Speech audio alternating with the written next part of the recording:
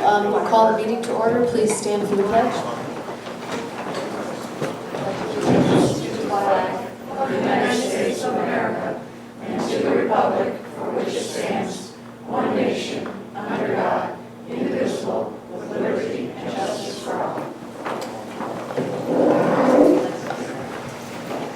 Good evening, everyone.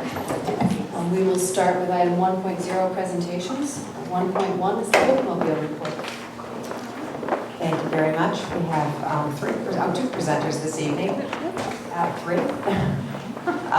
Ms. Allison Altieri, who's sitting in the middle, was in charge of our bookmobile this summer, and Michelle Hill from KidSafe, and Alan Slovey, our Youth Service Bureau Director as well. There is an updated report in your yellow folder. I'm not sure what the update was, but there is an updated one to replace the one that is in your packet. I'll turn this over to Allison. Good evening.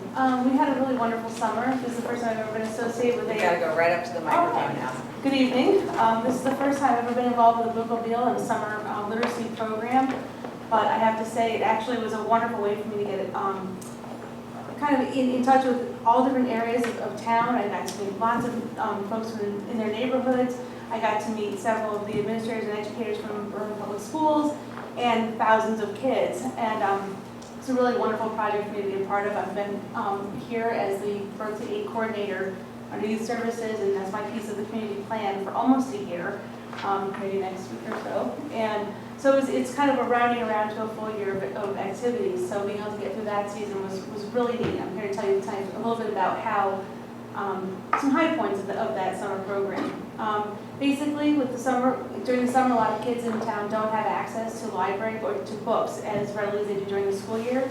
So what we've decided is basically we're bringing the books to the kids wherever they are. We're going to neighborhoods and camps. And we also provided some satellite libraries this summer for Camp New Haka and Henry Park. So that was kind of neat. So wherever kids were, we tried to encourage that they were having access to books during the day, so their parents, after a long day of work, they weren't coming home and getting the kids from camp, and then we know oftentimes it was hot and sticky out, and it was tough time to get kids to go actually to the library, or if they're having families go there. So foot traffic may have dropped a little during the evenings, so we were providing them for the kids during the day. We did receive some great financial support from Dollar General and the Vernon Literacy Foundation, and Jim Larry from Hyundai. Basically, what this all resulted in was running around town, going to 11 different stops a week from July through August. We connected with 1,121 children, which is a 12% increase from last year, and we circulated 2,489 books. And one of the big hits this year too was our placement over during the August, the National Night Out, event. That was actually really fun. We had several people, including the bus driver who worked that evening with me, who got out and just went around and just called families in, just one after another. We actually had over 25 people on the actual bus looking for books at one time. So it was a little bit crazy kind of keeping track of the books that were going off, but it was neat to get that exposure, have the foot traffic, and be able to talk to other community providers to let them see what we were doing. In addition to that, we added last year, I looked at where the foot traffic was last year. I cut out a couple of apartment complexes that weren't really getting much action when the bus would come and stop there during the day. I called property managers and found out that most of the families there were employed and kids were at different programs during the day. So we cut those out, which I thought was actually a good thing. It was kind of neat that the kids were all engaged in programs. So we added some new stops this year, including the Arts for Academy 2, daycare and summer camp program, and Country Wood Apartments. And we also added the farmers market this summer at request of the farmers market. They contacted me. And we didn't know how it was going to go, but it actually grew every week. It was neat to see more and more people come out. Vendors brought their own kids, and we tried to hit there first thing in the morning so that we get more foot traffic coming in. And it was neat because a lot of the adults actually also came on the bus. And we do have board books all the way up to adult collections on the bus. So that was actually a neat thing to do. One of the other pieces, we know that most of the time that this kind of program gets circulated, gets popular through word of mouth. And this year we had 2 booths through one through the newspaper, through the Rockville Reminder. We had a writer call us up one day and asked if he could come and follow us around. And he actually went out to some of the distant camps. He just followed the bus through the day and interviewed several of the children and camp counselors and took a lot of photographs. And that made the front page of the Rockville Reminder. And we got a big splash over that. And there's other people posting it everywhere. Definitely, we got some buzz from that. Also, the organizer of the farmers market did invite the cable access channel to come down, Channel 5, to come down and do a whole piece on the farmers market and all the vendors there. And he was kind enough to include us in that. And so we had a nice long interview about the program and who was involved and how it was being contributed to and all the kids we were reaching. So we got some little extra boost this summer from that. So it was a really successful summer, I think. It was a great summer.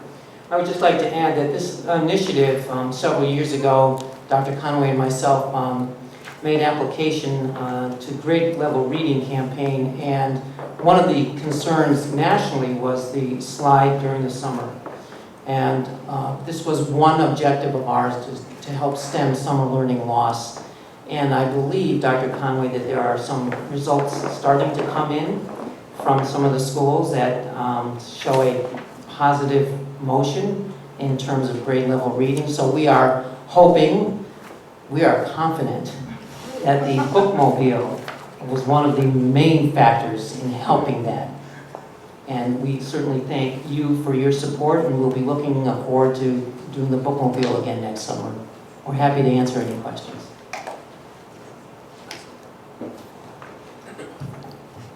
I would just like to commend you for a good job, a great job.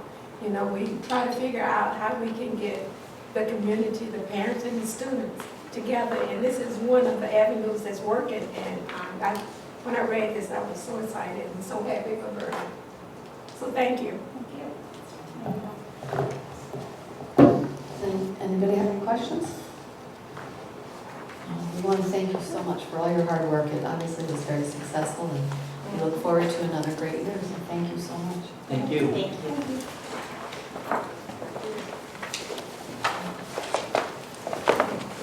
We'll move on to item 1.2, presentation from UConn Educational Psychology Practical Student. And if I may interrupt, we have someone coming from IT to make sure that we're all hooked up. Are we all set? It sounds like Mr. Hull is off. Anybody else? No? You're not in? Okay. We'll let him continue to come then. That's perfect. Thank you. Sorry to interrupt. Thank you very much. If you recall, Dr. Driscoll and our UConn student, Rachel Diorio, have come back to us, as the board likes them to do, to present what the findings were. Ms. Diorio and Dr. Driscoll presented to us, I think it was late last winter, early last spring, to talk about some work, some research, action research actually, that Ms. Diorio was conducting with some of our students. And so they're here to report on that. So, right, thank you. And before I begin, I just want to Right into the microphone, please. Thank you. Before I begin, I just want to thank everyone for providing me with the opportunity to do my study here. It was a really great experience. I feel like I learned a lot about the process of doing research and about video self-modeling, and everyone over at Center Road was so supportive and helpful, and hopefully they have a new tool for their toolbox over there as well. So I'm just going to briefly review my findings from my dissertation study that I did over at Center Road this summer. So the title of my dissertation study was Using Video Self-Modeling to Increase Compliance to Classroom Requests in Students with Autism. So just to back up and explain what video self-modeling is.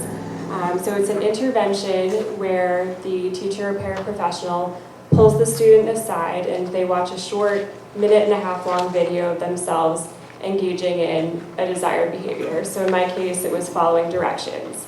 I wanted to see whether having these students watch this short video would actually serve to improve their ability to follow directions in the classroom.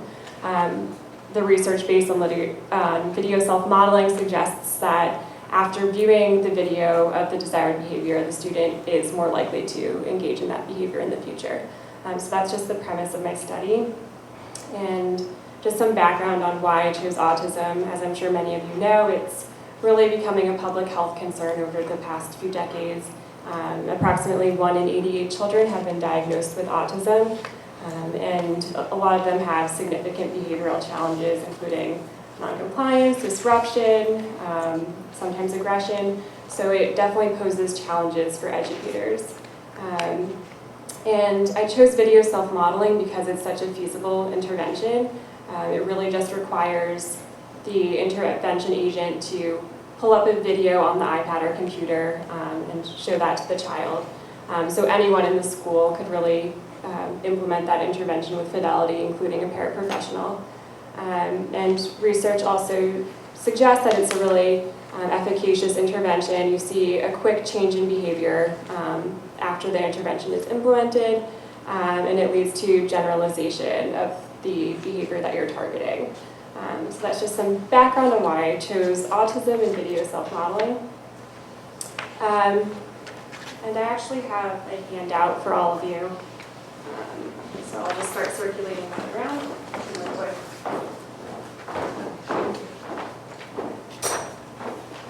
So my procedures are outlined here in detail, and I'm just going to kind of provide you with a quick overview. And my email address is on the first slide. If any of you have further questions after, you can feel free to contact me. But basically, before I implemented my intervention, I collected some baseline data to see how the students were following directions before the intervention began. And basically that consisted of me observing the students during 45-minute sessions and recording whether they were compliant or not. During that baseline phase, I filmed the student and the paraprofessional was issuing requests and then prompting the student to comply because they were requests that the student typically did not comply with. And then I edited that video footage so it appeared as though the student was immediately following the direction. And that was the intervention video that I used. So then once the intervention phase began, the paraprofessional would play that video for the student once a day, and then immediately after the video viewing, I would do another 45-minute observation where I would again be recording whether the student followed directions or not. So my study was a single subject design, so I only had 3 participants, and when you're evaluating a single subject design study, you typically use visual analysis. So if you take a look at the graph, each graph represents a different student's data, and each data point represents their % compliance on an observation session. And when you're using visual analysis to evaluate a study, there are different criteria you want to look at.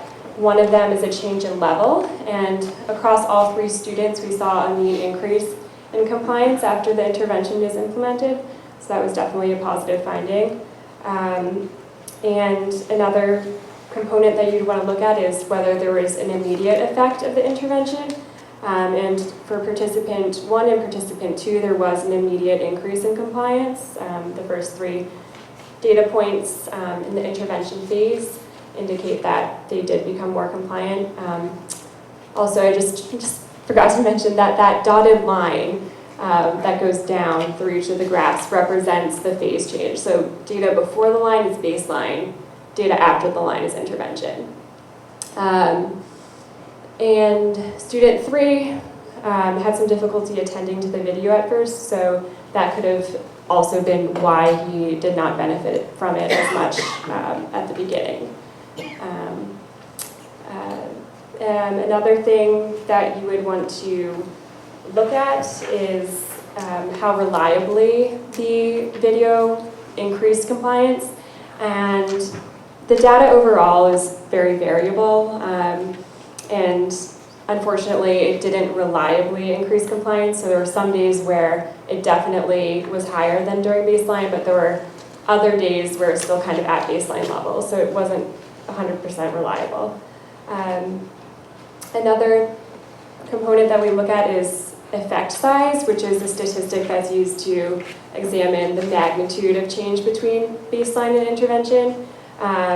Participant 1 had a medium effect size, and the other 2 participants had small effect sizes.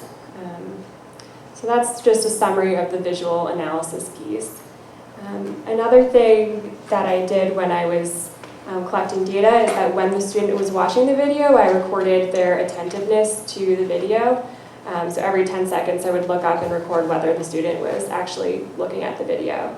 And you can see here that student 1 attended approximately 84% of the time. And students 2 and 3 were a little bit lower, and that's kind of an interesting finding because the intervention was also most effective for student 1 based on effect size and visual analysis. So it seems like this intervention may be more effective for students who have higher levels of attention to the video. The final thing that I wanted to present tonight was the results of the usage rating profile, which is basically a rating scale that I gave to the paraprofessionals and teacher. And it looks at how useful the intervention was and how easy it was for them to implement. So basically, a rating of 1 is that they strongly disagreed with the statement, and a rating of 6 was that they strongly agreed with the statement. And 2 areas that I would like to highlight is that in terms of acceptability, both the paraprofessional and teacher had high ratings on this component, suggesting that they thought it was a good way to handle the problem behavior and that it fit in well with their current practices. And then for feasibility, those were also pretty high ratings, which suggests that they had the time and resources to implement the intervention. So it definitely is something that's feasible for teachers to do, or paraprofessionals. So just to summarize, the visual analysis and effect size statistics overall indicated small to moderate changes in compliance after the intervention. And overall, the rating suggests that it is a feasible and acceptable way to address the problem behavior. And some limitations of my study, I had the actual paraprofessional issuing the request was very standardized, but the response to the compliance or non-compliance was not as standardized, so I wonder if that in some way contributed to the variability that I saw.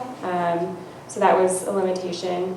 In addition, the time frame was limited. I did this during the summer. There were 6 weeks, which was enough to make some conclusions, but it would have been better if I had been able to collect data for a little bit longer, especially given that 2 of the participants exhibited like so-so attention, so maybe they would have benefited from some more viewings of the video. So for future research, I would suggest a replication study with a longer intervention phase to see if that repeated viewing did eventually help the data to stabilize somewhat. And then I also think it would be useful to see whether this intervention would be useful in conjunction with other behavioral supports. It's kind of rare that just one strategy is used, so maybe this could be part of a broader behavior support plan.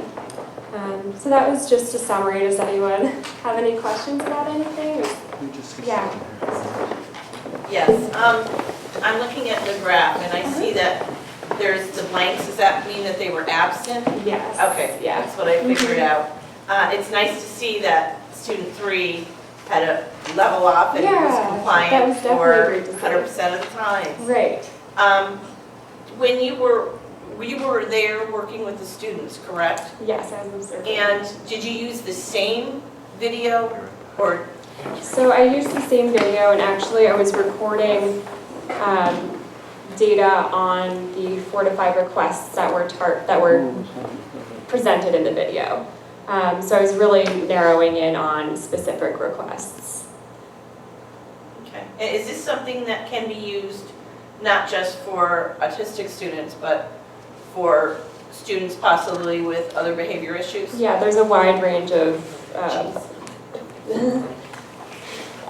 behaviors and populations that video self-modeling can be used for. It's been used to increase everything from reading fluency to social initiation, so it's definitely has a broad range of applicability. It's very interesting. Yeah, it's cool. Does anybody else have any questions? I just had one. You said you did it over the summer. Have you talked to any of the teachers or the paraprofessionals this fall to see if they're still using it, or? I'm actually meeting up with one of them on Wednesday just to go through some of the procedures about how she can use video self-modeling in the future. So I will check in with her further and see what she has to update me on with the students. So I was just curious if they liked it enough to try it on their own. So yeah. thank you very Yeah. much. Any other questions? All right, thank you so much. We Yeah. appreciate you coming back and letting us know how.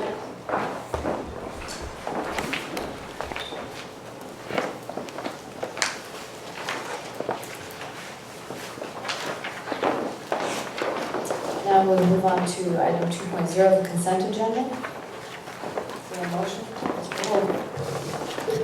Motion to move the consent agenda as presented. Mrs. Bush? Second. And does anybody want to pull any of these items? Mrs. R. A, B, and D, please.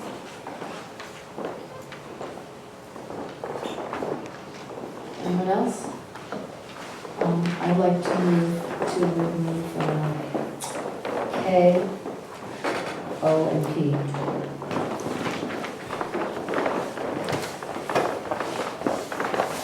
Anyone else?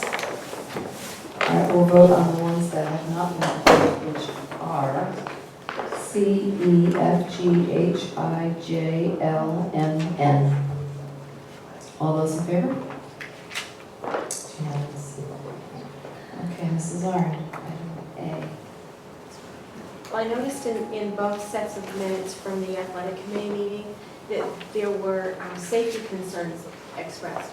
I know that you're gathering information and your work will be long-term, but I'm wondering if there's any plan to address the safety concerns sooner than later.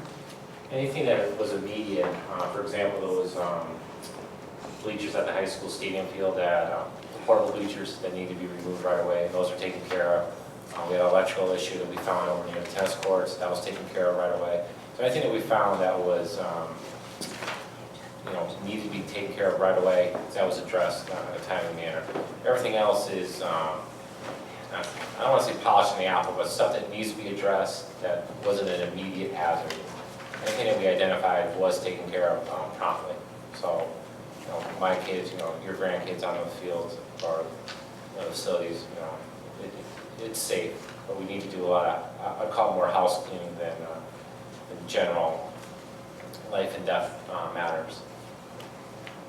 Well, I saw issues relative to ADA or non-compliance and then mold issues. I mean, I know those aren't emergencies, but I'm wondering how you determine immediate versus long-term. Some of those appear to me to be things that should be taken care of sooner than later. Quick conversation I had with Mr. Rocket was there was some things going to be addressed during winter break, particularly the mold issue in the training room, cleaning up that, and ventilation issues on that same room was going to be addressed during winter break. There's just a long laundry list of things that need to be done. I can't say for certain it's going to be done tomorrow, but it will be worked on. Then could I ask that following the winter break, that there be an updated report based on what was identified in these minutes? What we're doing this Wednesday, is we're going to go through that list and do a priority on it. What needs to be done like now versus what could be pushed off the winter break or even recess during springtime. So we're going to be doing that instead of priorities, but that is going to be worked on Wednesday night. So. We're 2 months into this, and I understand your concern, but I mean, we're just walking around. There's a lot of things. And this is not about blame. I understand that, but I hope that this committee is going to address how to prevent these things from happening again. I was very sad and disappointed to see some of the items that are in your list that need to be identified and taken care of. So I hope part of your planning will be figuring out how this does not happen again. I agree. We'd have someone who's actually accountable for that. That's what we're planning on addressing also. Okay, do we want to make a motion to approve A and D? I assume those are the two. Okay, Mrs. Arndt? So moved. Is there a second? Second. Okay, any discussion or comments? All those in favor? Unanimous. Okay, now for item B. Mrs. Arndt? Or did you pull B also? You did. I can address that. Yes, please do, I'm sorry. The minutes of the regular meeting, Mrs. Buell was to be providing to board members a copy of summer school expenses. I did not receive that. I didn't know if we did, or if we could just, if she could be reminded that we're waiting for that. I also wanted to pull B just because of a typo. On page 10, as they're numbered at the bottom right-hand corner, the last paragraph. It says, this year the high school implemented a blended learning model which helps students word toward content competency. I think it's supposed to be work.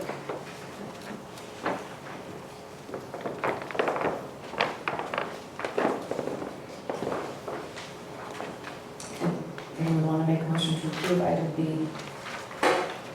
Mrs. Arndt, so moved. Second? Second. Mrs. Russell. All those in favor? Unanimous. Okay, I also pulled K, O, and P. These are policies, so K is page 47.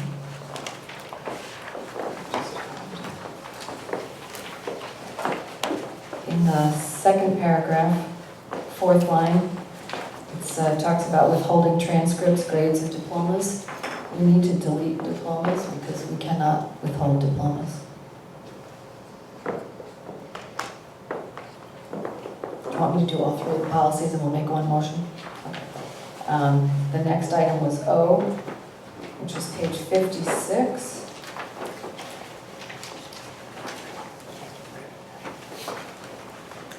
First, page 2 of 6, sorry. Any use of the district's computing, it's the very first sentence, any use of the district's computing resources or networks for illegal or inappropriate purposes, accessing, and we have to add the word appropriate materials.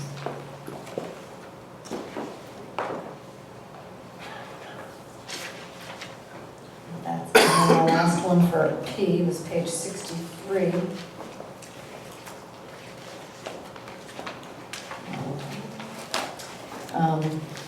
Under security and damages, fourth line, it says it is recommended that appropriate skins, decals, and other appropriate customizations be used.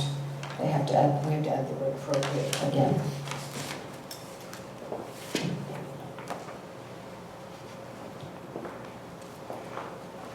Mrs. Arndt?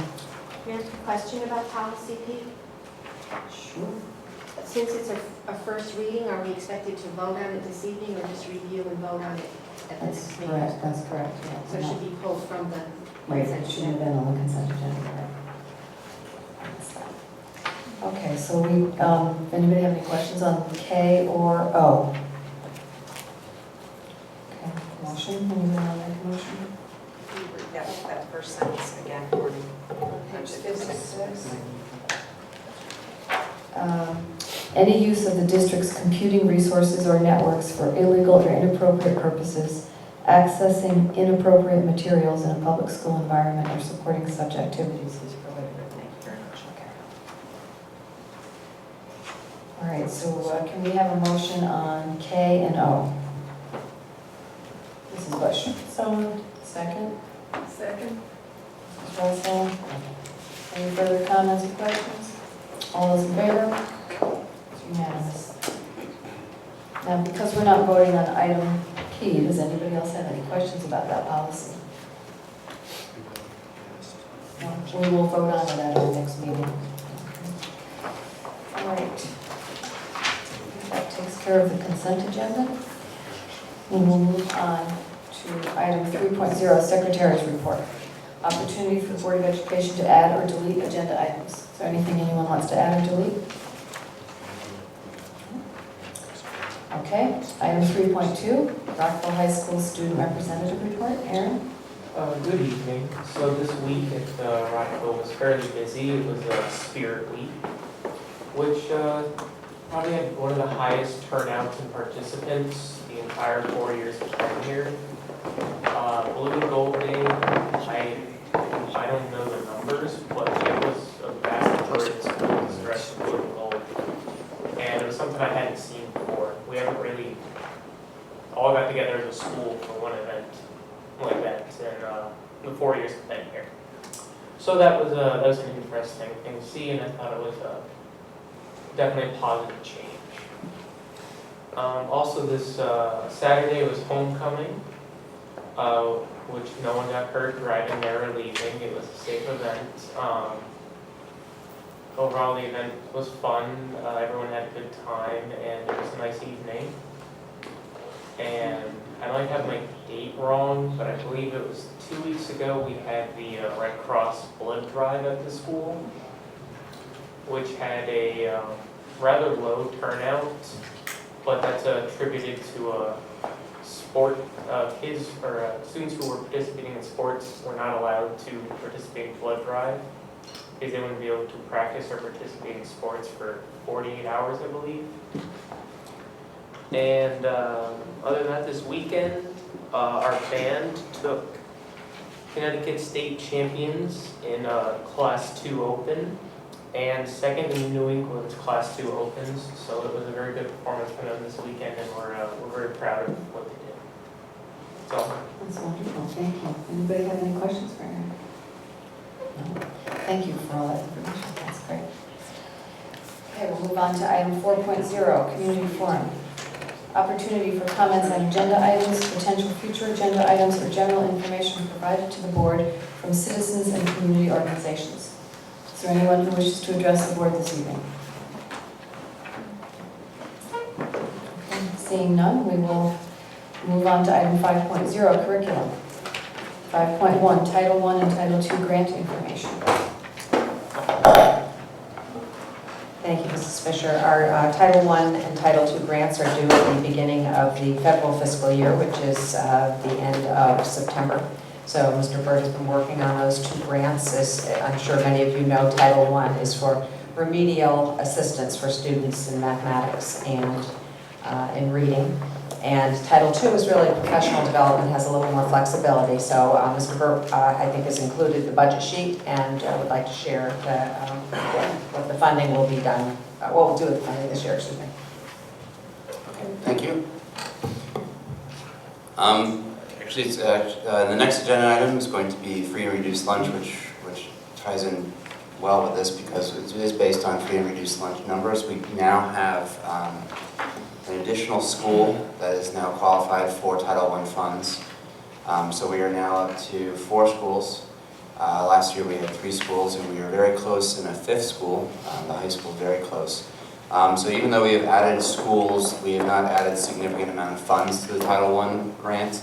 It was only an additional approximately $20,000 over last year's funds, even though we've added an entire new building. Which is typically the trend in Title I funding and Title II funding that typically goes down every year. So we wanted to make sure that we were using the funds that we had wisely, and amongst those things you can see on the first page there, we have divided up the funds among reading and math teachers, as well as support specialists, the paraprofessionals, to ensure that they are helping groups of students and individual students as needed. And all of these folks here, the teachers and paraprofessionals, are geared towards interventions, specifically in reading and math, and all at the at the elementary level. What's a typo there, I apologize, there's a 0.5 missing for ESL instruction at the middle school. That was a correction on the later one, this is an older version. And then we added in 0.25 the resident administrator, which is Ms. Miller over at Maple Street School, who is helping with Title I coordination and interventions for reading and mathematics. Continuing down there, you can see employee benefits are included, as well as we've added some for supplies specific for those schools. And then on the second page, we are continuing to pay for our transportation costs. In this case, it is open choice busing costs, which are continuing from what I understand, that was an option a few years ago, and we are still obliged to bus those students and their siblings until those students leave the elementary schools. And I believe this is the last year for that, in most cases. Perhaps 2 more years. The board passed a policy, or an amendment to a policy couple of years ago, when the year that we no longer had to provide open choice for students, which was probably 3 years now, and the board decided that any students who were already in a different elementary school than their home school could finish through grade 5, and any siblings could certainly attend as well to keep the family together, but that as soon as the older child had finished the elementary school, that the family was responsible for the transportation of the other children in the family if they wanted to continue to go there. So each family that has asked for siblings to attend, we made sure that they have a copy of the policy and that they know that that is what happens, so they can make an informed decision about the siblings following the younger siblings following the older siblings. So I'm sorry, Ms. Burke. And I'm sorry, I misspoke in the line previously, 300, it was $7,000. That is for professional technical services and the supplies, that's on the next page. That is for professional development, as well as we can purchase some intervention, online intervention, and or apps. You know, we do have a number of iPads in the K1 and 2. We can use these funds to purchase apps for those students in those schools, and then we can provide PD to teachers in those schools, and not just have to be the teachers indicated on this list. So there's a wide variety of services we can provide to try to increase both the skill set and the materials available to our students in these particular schools. And I'm available if you have any questions. Does anybody have any questions? Mrs. Rowe? With the open choice students that you have left now, approximately how many is there? Mrs. Beal, I'm sorry. Mrs. Beal, do you have that number off the top of your head? I think 3. No, that would be public choice. The open choice students, I think they're, I don't want to speak. I will bring that to you. This was on our minds a month ago and it's gone right through. So I will absolutely bring that. Thank you. Anybody else have any questions? Can I just ask what the fourth school is that has been designated a Title I school? Yes, we have, currently it's Skinner Road, Northeast, Maple Street, and BCMS. And you will see more specific information when Mr. Abjez does his free and reduced report. I believe that's the next agenda. You'll see more detail there. Mrs. Russell? I'm sorry. The applications, how are you going about checking them? The applications for reduced lunches? Oh, for free and reduced lunch? Yes. Actually... That's our next agenda item, Oh, so we can ask Mr. Alptis that one. thank you. Okay. Any other questions for Mr. Burke? Okay, thank you very much. Thank you. Okay, now we'll move on to item 6.1, excuse me, free and reduced meals database. Our Food and Nutrition Services Director, Mr. Christopher Ashkes, will provide the board with an update. As Mr. Bird indicated, there is an additional fourth school. When you hit 40% free and reduced, that's when you become a Title I school. And so you'll notice in the list where it says free plus reduced, 1, 2, 3, 4, 5, 6, 7 columns over. The close school, which could be a fifth, is Rockville High School, which is now at 39% as well. But I will turn this over to Mr. Abjez to give us an overview and the board for questions. Thank you, Mr. Abjez. Thank you very much. So just to review the information that you're seeing in front of you, this is a breakdown of all our students that have submitted applications for free reduced benefits. The determination is made by inputting the information that's given to us by the families into our NutriKids point of sale system, which will make the determination based upon the federal guidelines if they will qualify for free or reduced lunches. Excuse me. There's another column that I just wanted to bring to your attention also, as well as the free and reduced number, is the second column in from the left, the direct certified number. That number is important in the sense is that's the number that we use to determine which schools would have been eligible for the community eligibility provision from last year, which allows us to offer free meals to all students in the schools. It's schools that are have at least 40% of their students that are direct certified that are eligible for that. I think there was a little confusion as far as looking at the total free and reduced as 40%. The total free and reduced are the direct certified and the applications. The direct certified column represents families that are receiving some sort of assistance, if it's food stamps or a homeless child, that we receive information from Department of Social Services on a weekly basis with students that are receiving assistance, and they automatically qualify for free lunch and breakfast. There's no need for them to submit an application. The process in the past used to be the family would provide us with a letter stating that they received benefits. Now it's been reversed around. Now that we receive the information, we send the families a letter notifying them that they do not need to submit an application. And the good part about that is that number will change on a weekly basis. We used to receive that information 3 times a year. Now starting this year, we download that information every Monday and load that into our systems. So each week that number is, unfortunately, is growing, but we have much more accurate free and reduced numbers because of that, which can hopefully help bump some of these other schools that are right on the edge into that range where we could potentially look at them for CEP going forward. The one drawback that comes with the CEP is the collection of lunch applications, where we don't need to collect those from Maple Street students anymore.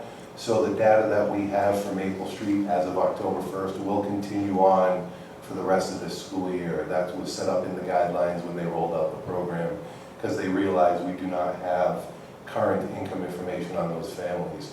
We will be issuing another survey in a few months to get some more current income information from those families, which will help in the Title I funding and all those sources that we need the accurate information from. Overall, percentage-wise, we are up 1% in the free and reduced from last year, which is relatively flat from the last 3 years. We've been at 41 to 42%. At Dr. Conway's request a few weeks ago, we took a look back at the last 9 years of free and reduced numbers, and it was interesting to look at where we have seen an increase every year for at least 7 years. It's been the last 2 years that it's been relatively flat. So it looks like that number is kind of steadying out over the last 3 years. Excuse me. Our free and reduced numbers as a student body are up 33 students within the district. And I don't, that's a pretty consistent number. It's only 1 percentage point increase for us for this year. Our direct certified students has gone up 1% from last year to this year also. So that's been, that's due to the more accurate information that we're receiving on a regular basis versus the 3 times a year. Well, the one last thing I wanted to cover too was the impact of having the CEP program at Maple Street School. Just for the month of September, our participation in the lunch program has gone up over 8%. We're at about a 75% participation in the lunch program. Breakfast program is flat from last year, and that's primarily due to the pre-K students no longer doing a breakfast program. Now they're doing both the AM and PM are both doing lunch programs. So what could have been a potential drop in breakfast participation for us has actually really had no impact on us. So our percentage-wise, we're still doing okay there. Any questions? Does anybody have any questions? Mrs. Arn? Hi, Chris.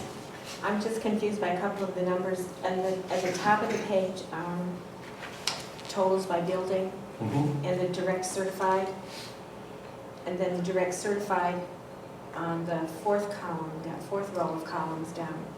Are we talking about the same kids, 786 versus 1205? I'm just confused by what the numbers represent. The 786 in the direct certified SNAP number, in that the second one up from the bottom, those are the student, that's the information that I received from social services. The 86 in the group above, those are applications that were processed where the family included their SNAP number on the application, so they're not part of the direct certified count. But as the year progresses and we pull in more students from the database, I'm expecting that number to drop down a little bit, so we have more accurate information on exactly who's direct certified.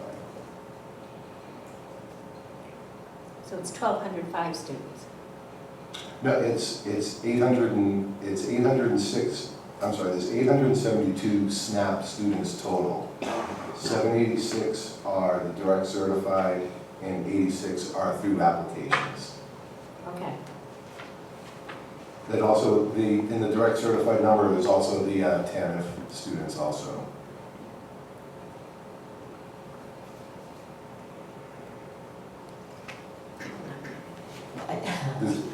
I'm not getting it. I'm not Okay, getting it, it's- Chris, I'm it's sorry. okay. I thought the numbers would match, the 1,205 students that are direct certified? The direct certified students are the second column in from the left, where it says eligibility by application type direct certified. There's 806 of them. The 1,205 complete free students is a combination of applications and direct certified.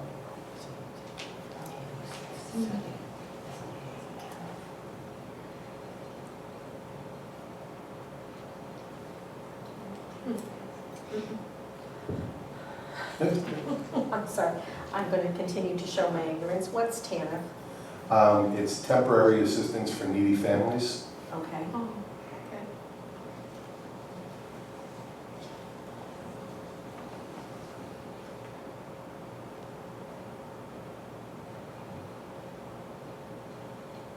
Any questions, any more questions, Michelle?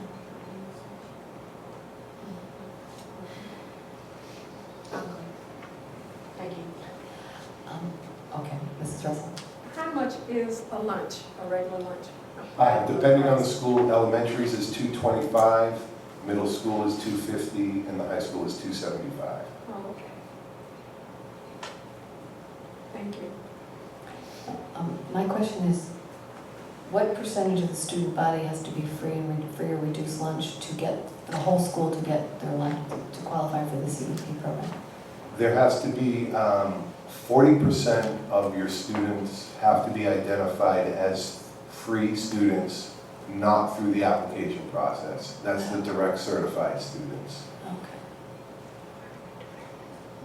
So that's why Maple Street is at 41.6%. They just qualified, so that's how we're able to do it for them for this year. The next closest one would be Northeast School, which is currently at 30%. You do have the opportunity to try to cluster the schools together and come up with an average, but we weren't able to make that work for last year. Okay, does anybody else have any questions? All right, thank you very much. We appreciate it.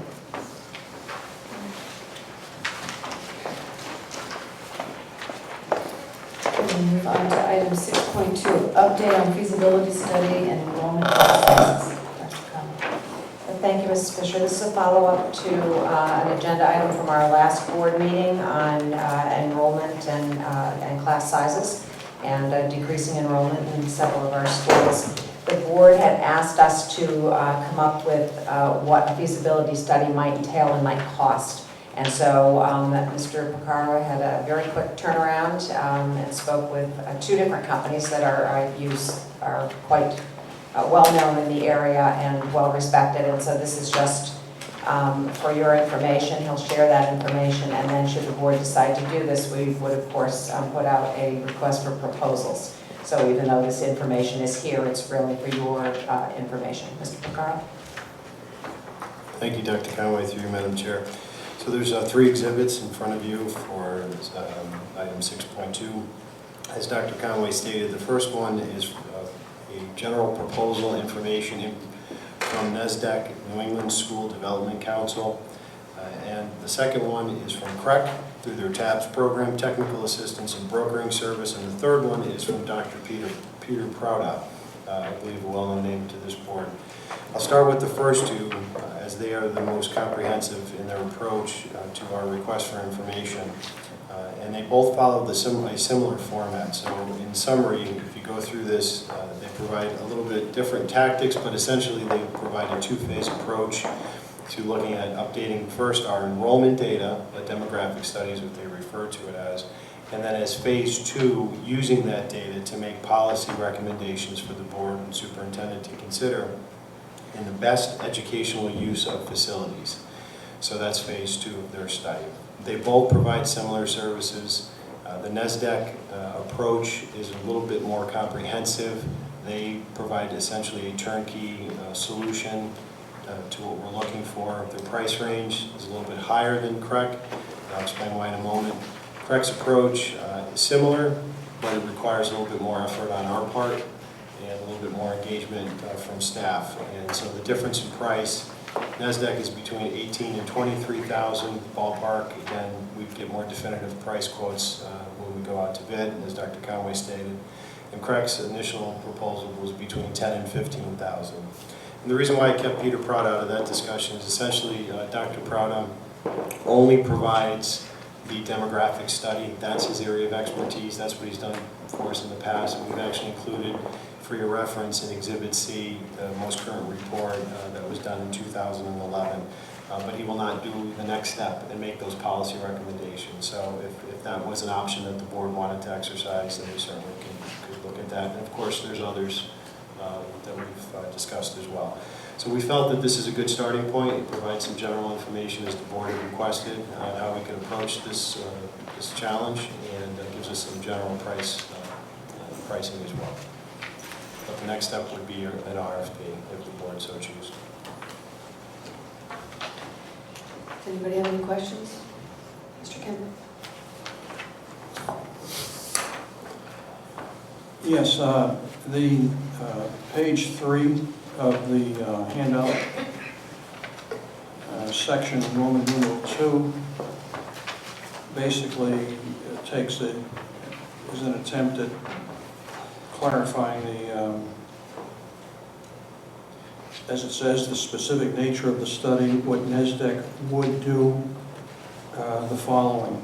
And what they're saying they would do is fine, but I just want to say that there are areas that I don't think they're mentioning that are rather significant. And I can't see that it would be, as you said, a comprehensive study if it doesn't include the following areas that they're omitting. And the first area would have to do with the boundaries of our elementary schools as they exist now. They don't mention that. They need to, whoever gets this job needs to understand what the boundaries currently are for our elementary school schools. Good, bad, or different, but they don't mention that. The second one, there's no mention whatsoever of the state's there's no mention whatsoever of any Section 8 data. I understand that the number of Section 8 vouchers that have been issued to in the area of Vernon has been increasing, and I don't have a feel for what it was, is, and will be, but I think any thorough analysis of the demographics of the community should include Section 8 statistics. And thirdly, and I think also most importantly, there's no mention whatsoever of the impact, good, bad, or different, of the magnet school seats that exist currently and will exist in the next year or two. For instance, there are 11 magnet schools that have opened and are opening and are being built. In some cases, they're moving from one town to another, but there are 11 magnet schools in our immediate area. Not all of those magnet schools have a total seating capacity. They are not all of the magnet schools have reached their total seating capacity. I'm not really sure where they are right now. Let's say they're at 60% of the seats that they intend to offer. That means that there would be a significant number of additional seats that would be drawing from area towns, not the least of which in our concern would be Vernon. So any study has to do with not only the birth rates, and Dr. Crowder talks about birth rates and all of that. That's fine and good. We're used to the birth rate data that he provides. But these firms that we're talking, these people that are referenced here, they're Massachusetts people. Every single one of them. I don't know if they have any good feel for or knowledge of the potential impact that magnets have here in the greater Hartford region and as it would affect Vernon. So I have to say that the scope of what this organization, the first one you have mentioned, or provided information, NESDEC, is really needs to be bolstered by the inclusion of that data alone, in addition to a few other comments that I have. And if I might, I'd like to refer to item, again on page 3, item Roman numeral 2C. There's a reference here to the survey to determine the current operational capacities. I would like to know who will define what the capacities are. We will, the state will, the town will. What is defining a capacity? Let me give you an example. The town's annual report, they include capacity data way in the back of the fiscal information. And it's a rather interesting statistic expressed in terms of percent. And I asked Jim Ludicky some years ago, how do you come about that? Well, the state has their guideline for what's the capacity of a classroom. Dig a little further. The state's definition of the capacity of a classroom is 30 kids. Now, if we were to take the state's definition of capacity of a classroom, the base number would be based on 30 children in the room. That has nothing to do with our guidelines and our class size policy. But when you're funding construction and you're the state of Connecticut, you look to have 30 kids in a room. So I think it's important when a facilities aspect is being studied by an outside organization that we have a clear understanding of what is capacity and who's defining what that is. That's all I've got for this evening. I mean, this is just for starters. You can't just say, well, let's bring NESDEC in, or Craig, or Dr. Prouda, without a clear understanding of what the guidelines we would be giving them to study. Mr. Picard, you want to answer? Thank you. Through you, Madam Chair. We're not in any way, shape, or form, just to clarify, advocating for any of these vendors. This was just a starting point to respond to the board's request to give us something for discussion and then help shape what the RFP might look like when we go out to bid. So this is very good information, and we'll make sure that these are written right into the RFP, Mr. Kemp.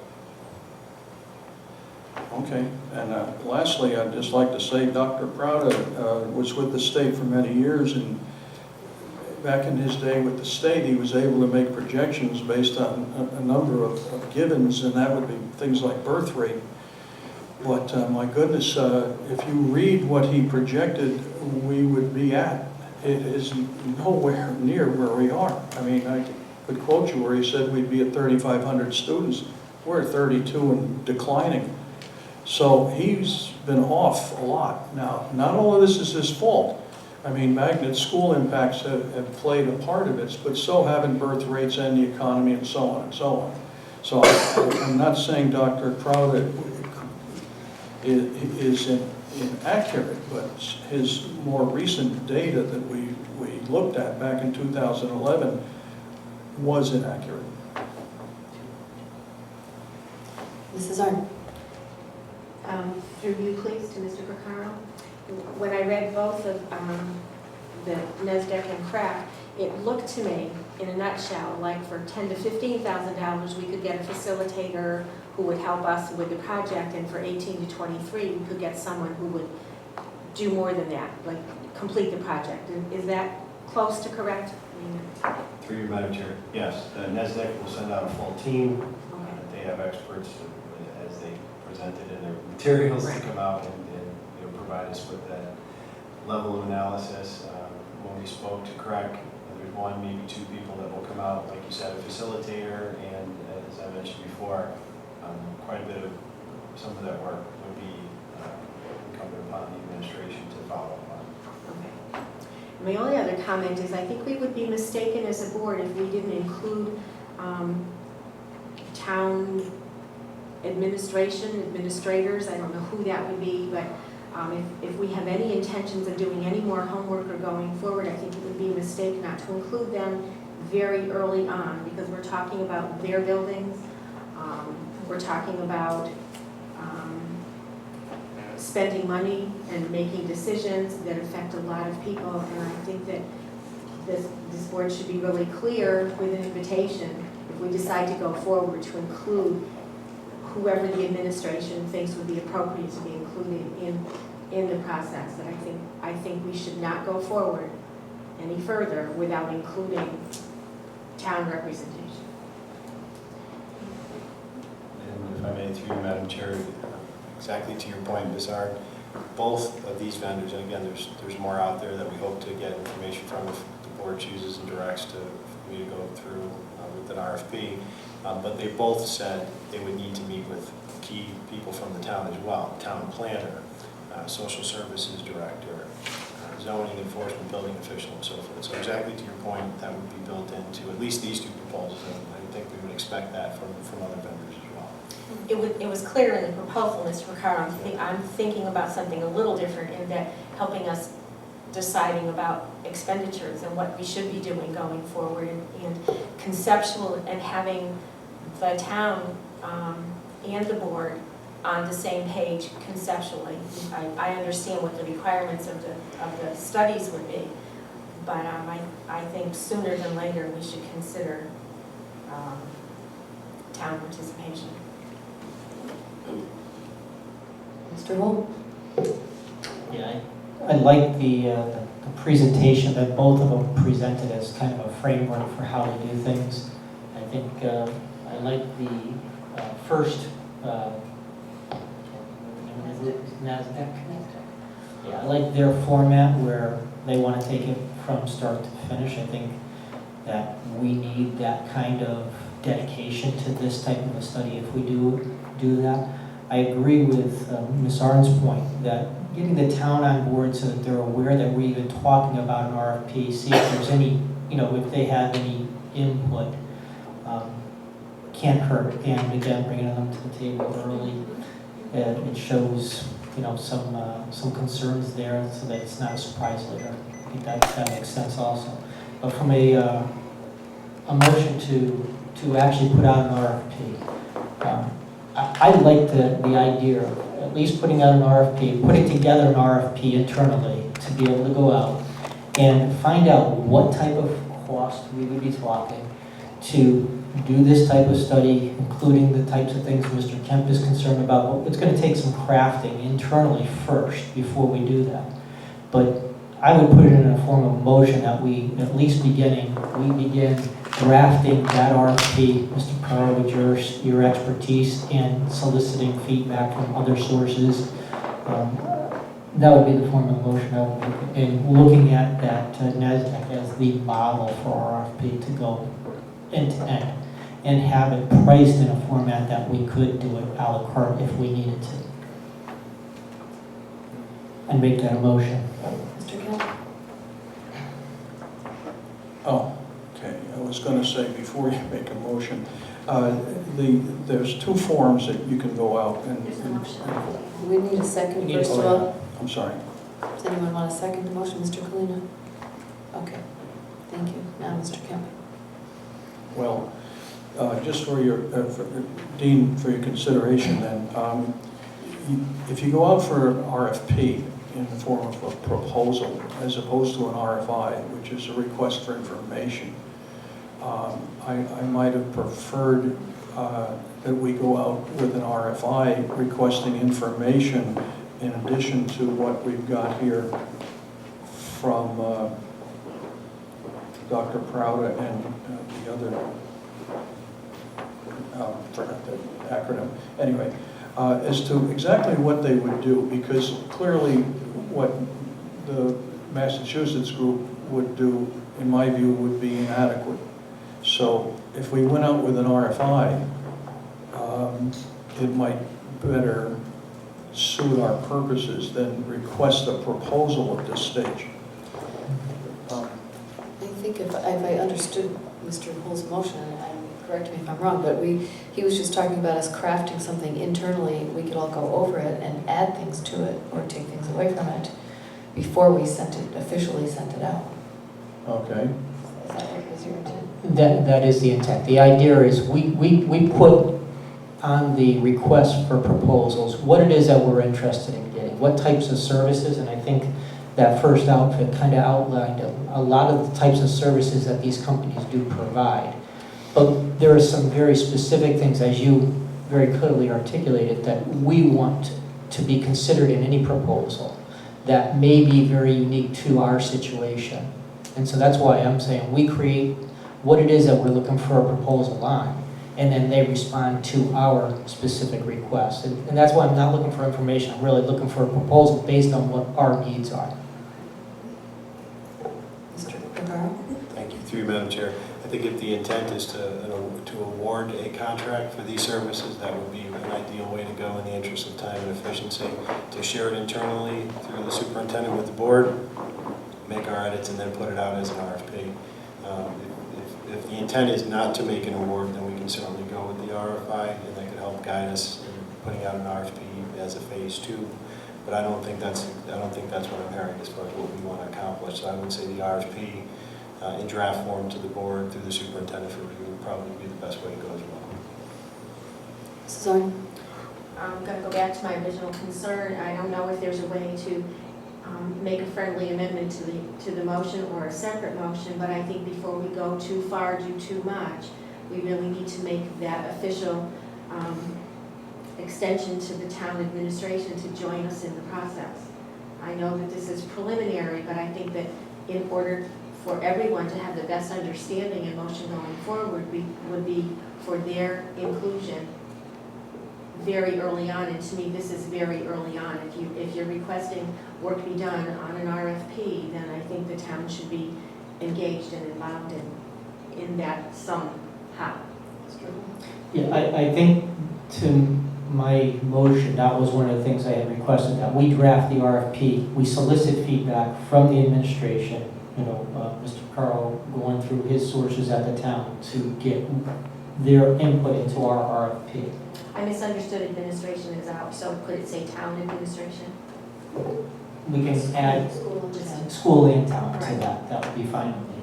Thank you. Because that was my intent. Okay. Okay. Anyone else have any other comments? Mrs. Bush? Yes, I would agree with Mrs. Sauer about making sure the town is fully on board and that they are able to give input so that we're getting exactly what we want and need and focusing it on Vernon's needs specifically, and not all the different things, showing off all the different things that these companies can do for us, because we really have a specific need, really looking at where we are and where we can go to make things more efficient and to better educate the students in Vernon. So we really need to make sure, as we craft it, we put the the town as well as the school together to get what we want, because we need to really work together to make sure that we're able to take care of kids. Just one more point that I thought was worth repeating in all that we read, particularly Mr. Prowder's information, and I know what the consensus is about that information, but some of it is difficult to brush aside. And the hard facts are we had greater than 7,000 students in 7 buildings, and now we have half that number in the buildings. And I think that we would be irresponsible not to be doing what we're doing with the cooperation of the town. I have no idea what the end result will be, but I think it would be irresponsible not to ask the question. Anyone else? All right, I'm going to attempt to repeat the motion. Kathy may have to help me here. The motion was to begin crafting a draft RFP soliciting feedback from school and town administration, and including a format of pricing a la carte, so some things we might not want or want. Is that? That good enough? contextually covers it, because the a la carte piece is, so if we do get something that we want to act upon, yet we want to drop some aspect of it, we have that choice. That's the a la carte piece. So through you to Mr. Picaro again, what's a reasonable time frame, Mr. Picaro, to get this back to the board? Through you, Madam Chair, I'm buying a little bit of time to think. I'm sorry. It's okay. I think for a draft, if we're looking for a draft, and we're thinking about all the folks that we want to get to the table and make sure it's going to be done collaboratively, I would respectfully suggest maybe 2 board meetings from now, a month's time frame. That'll give us enough time to set up meetings and get on everyone's calendar. I wasn't suggesting that we hurry through this, not at all. I'm fine with it. I just wondered if there was as my expectation way different from yours, but a month sounds fine. Okay. Mr. Holt? Could we actually target the first board meeting in December as a target date? Give us something to shoot at. And if there's information that can be shared beforehand. Thank you.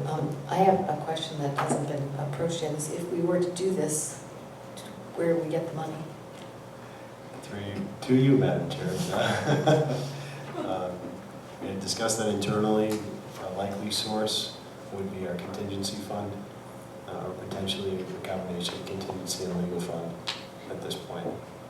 Is there enough in the contingency fund right now? Yes, at this point. Mrs. Owen? I'm going to suggest that if we include our town representation and there is consensus on the importance of moving forward for information only, that maybe there's also a way to share some funding as well. I don't think that that's a ridiculous expectation, but a cooperative effort, and maybe there would be some cost sharing somewhere. All right, we have a motion on the floor. Do I have to repeat it again, or is it? I do, okay. That we begin crafting a draft RFP, soliciting feedback from school and town administration, including a priced format that shows a la carte services. With this draft coming back to the board the first meeting of December. Okay, all those in favor? It's unanimous. Good luck, Mr. Picard. Thank you. Happy holidays. Okay, now we'll move on to item 6.3. And thank you for gathering all that information so quickly too. Discussion on Connecticut Association of Boards of Education Lighthouse District Training Workshop.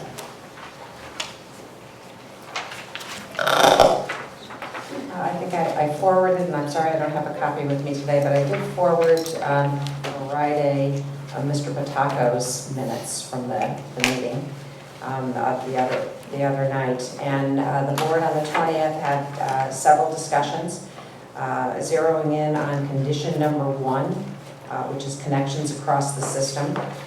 And had some positives in that area, such as using data to make decisions, but did not feel that teachers were involved in decision-making, and really went forward with everyone needs to know what the board's goals are, and then the discussion kept going about how does the board do that. You started working on the 5-column organizer, if you recall, that 5-column organizer. You had talked about one vision, the systemic work that we do, the systems and teams and how we get the work done. There was a suggestion that was BOE and SLT and BLT and GLT equals student achievement. So all the leadership teams. So I think that the idea there was collaboration and systems across the district. But the board also talked about taking the 2 board meetings a month, since the bylaws that the board has just says that the board has a monthly meeting, and traditionally the board has had two meetings a month. that possibly making one a business meeting and one a learning meeting for the board where presentations are given and the board could do that. So I'll turn the discussion back over to you. That was the highlights. Who would like to start? Anyone?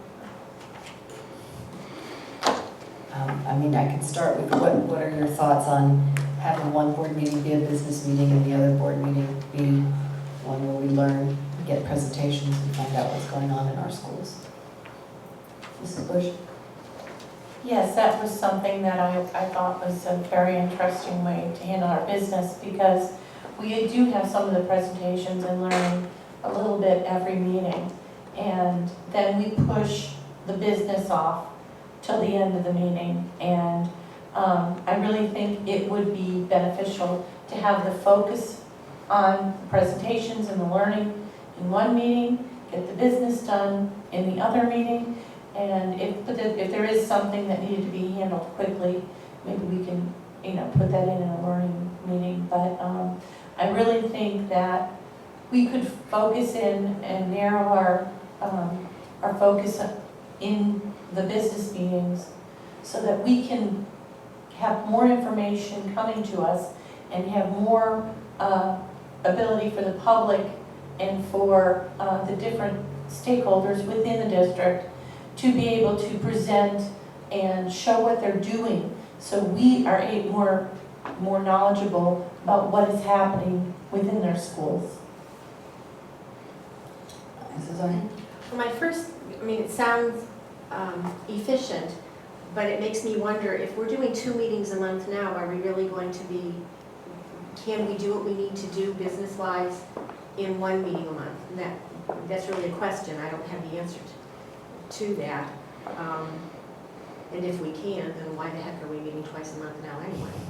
But I just wonder if that is practical, and if a month goes by between business, will that be conducive to being efficient and effective as well? I'm not sure how I feel about that, but that's just a thought. A first go-around thought is, will we be able to manage that, and will it be effective? Will it be effective to the job that we need to do, or not? And I understand the learning that the board should be exposed to, but is that a meeting's worth a month? Will we run out of things to be presented with for 11 months of the year?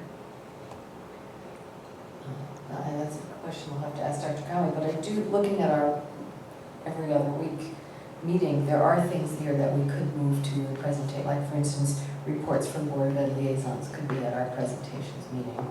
I can't find the other thing. Well, and we had several presentations tonight that would be on those, could be on those presentation meetings. So I don't know, do you think we can take care of business in one meeting and have enough presentations? In terms of business, the board has business on tonight's agenda. There's nothing that you had to make a decision on because we have to act tomorrow, except for just the most recent conversation. Certainly, we need to move that forward as expeditiously as possible. But many of the other items on this agenda could certainly have been done at the previous meeting or the next meeting if we were to do that, or the action items. So I think that it's doable. You're right, there are often things that we have to do in a certain time frame, and so there would, as Ms. Arn just said, there would be business done at the presentation nights as well. Maybe not every time, but certainly. There are many boards that have one meeting a month, not 2. Will we continue with the, I'm sorry, will we continue with the community forum at both meetings? That would certainly be up to the board. That's in your bylaws now, is that I think that one of the policies changed at the last meeting was adding an opportunity for community forum at the board's committee meetings. So I would assume that it would be at all meetings. That's would be a regularly scheduled meeting of the board anyway. So I would think. So I think the idea has merit, and that the concepts that were presented when we had our Lighthouse discussion, you know, it is a different way of doing the board's business, but it has the potential to help us to understand more about some of the decisions that we're making and what the potential impacts are in the classroom.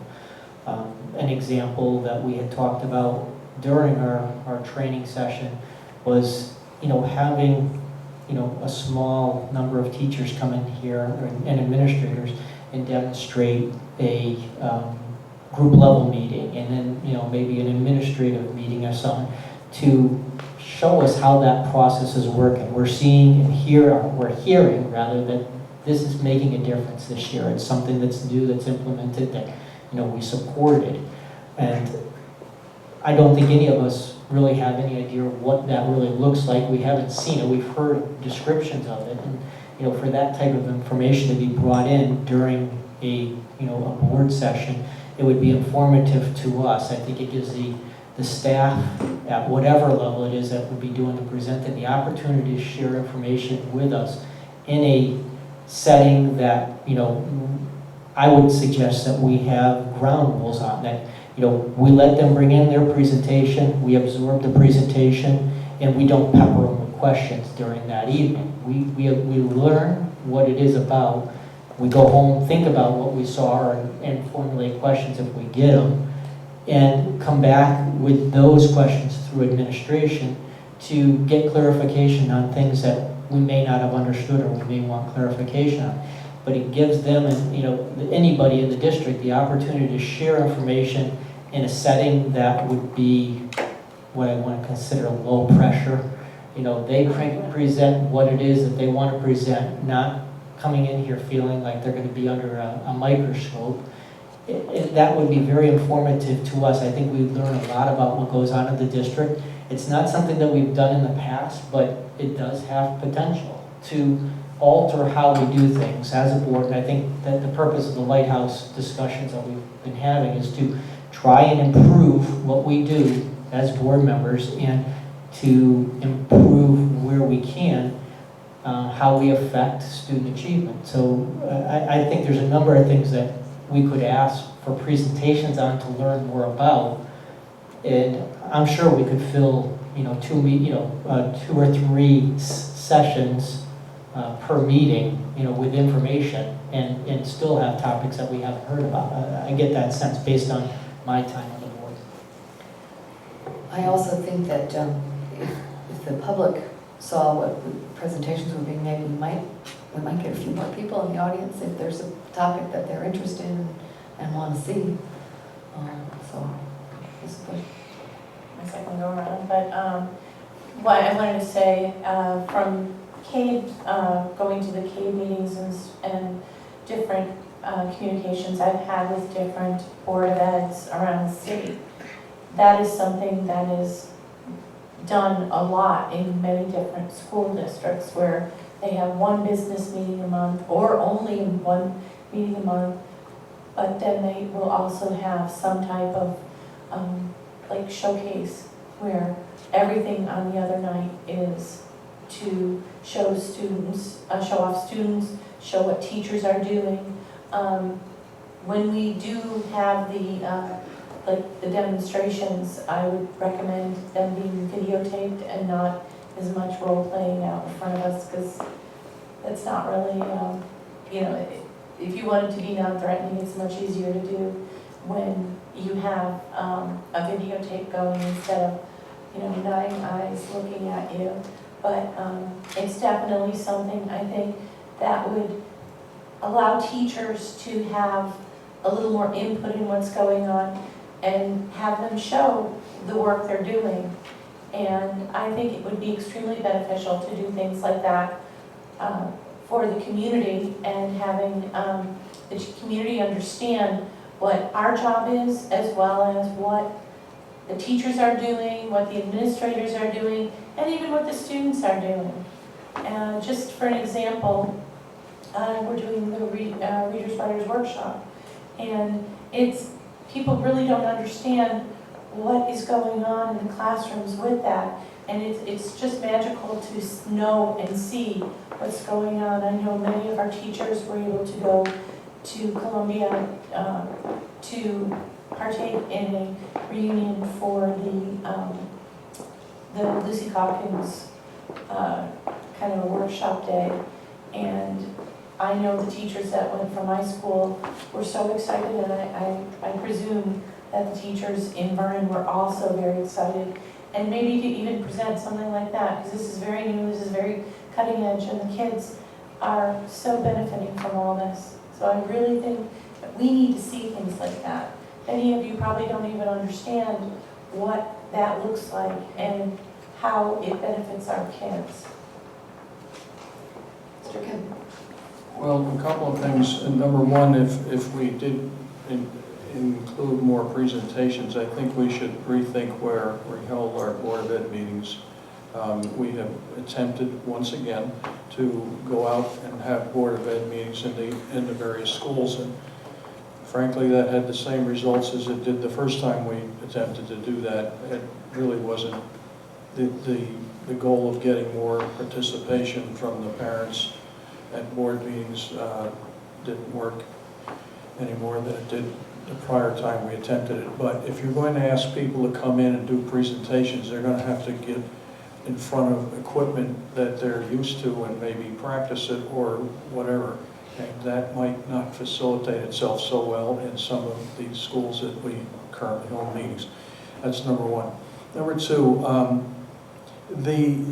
let's call it the non-business meeting, I think could take on a flavor of more than presentations. From what I've been to some CAVE seminars, these non-business meetings take on the form of presentations, yes, but they also take on a form of more exchange directly among each of us. It takes on more of a conversational format than it does currently, where you have to get recognized by the chair, and you get one turn and maybe a second turn going. It can really become much more of a what's the right word, workshop kind of format. Now, it takes us a certain amount of control by the chair so that we don't get out of a role that we need to be in. So, that it's going to be on you.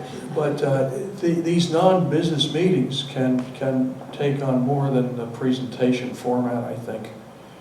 I haven't witnessed this, but maybe once over the years, but it's quite different than what we're used to doing. And I'm not opposed to doing this, because a lot of the work that this Board of Ed does is in committee, as you all know.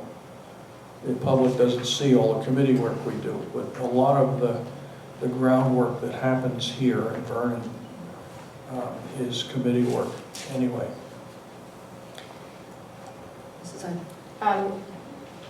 This board, I think, made a commitment to making more data-driven decisions and being clear in that process. So I think that the second meeting a month that's non-business could help provide us data that we're looking for to help with clearer decision-making, number one. And number two, I think that second meeting, the non-business meeting, would be a work in progress, but might also be an opportunity to include real committee reports on a regular basis.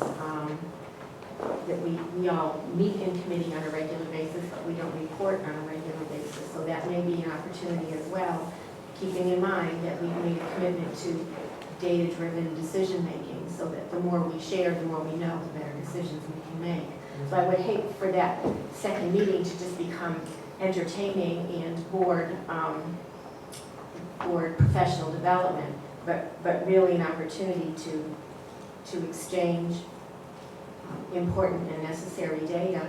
And to Mr. Hull's point, I understand about not wanting anybody to be on a hot seat, but I think it's an opportunity to establish relationships as well. So I would think that there ought to be an allowance for some kind of exchange with the presenters to clarify or understand. I think to wait too long, perhaps a month in between, to get questions asked and answered would make it a cumbersome process. So although I understand where you're going with that thought, I still think it's important to establish relationships and talk to the people who are doing the work that we want to understand better. Does all this need to happen in the form of a motion, or does the board just agree that this is what we'll do going forward? I would think it would have to be in the form of a motion. But, I'm sorry. I just want to make a quick suggestion. Before we go into something like this, you might want to put it out on the CABE Chair forum that they have through CABE.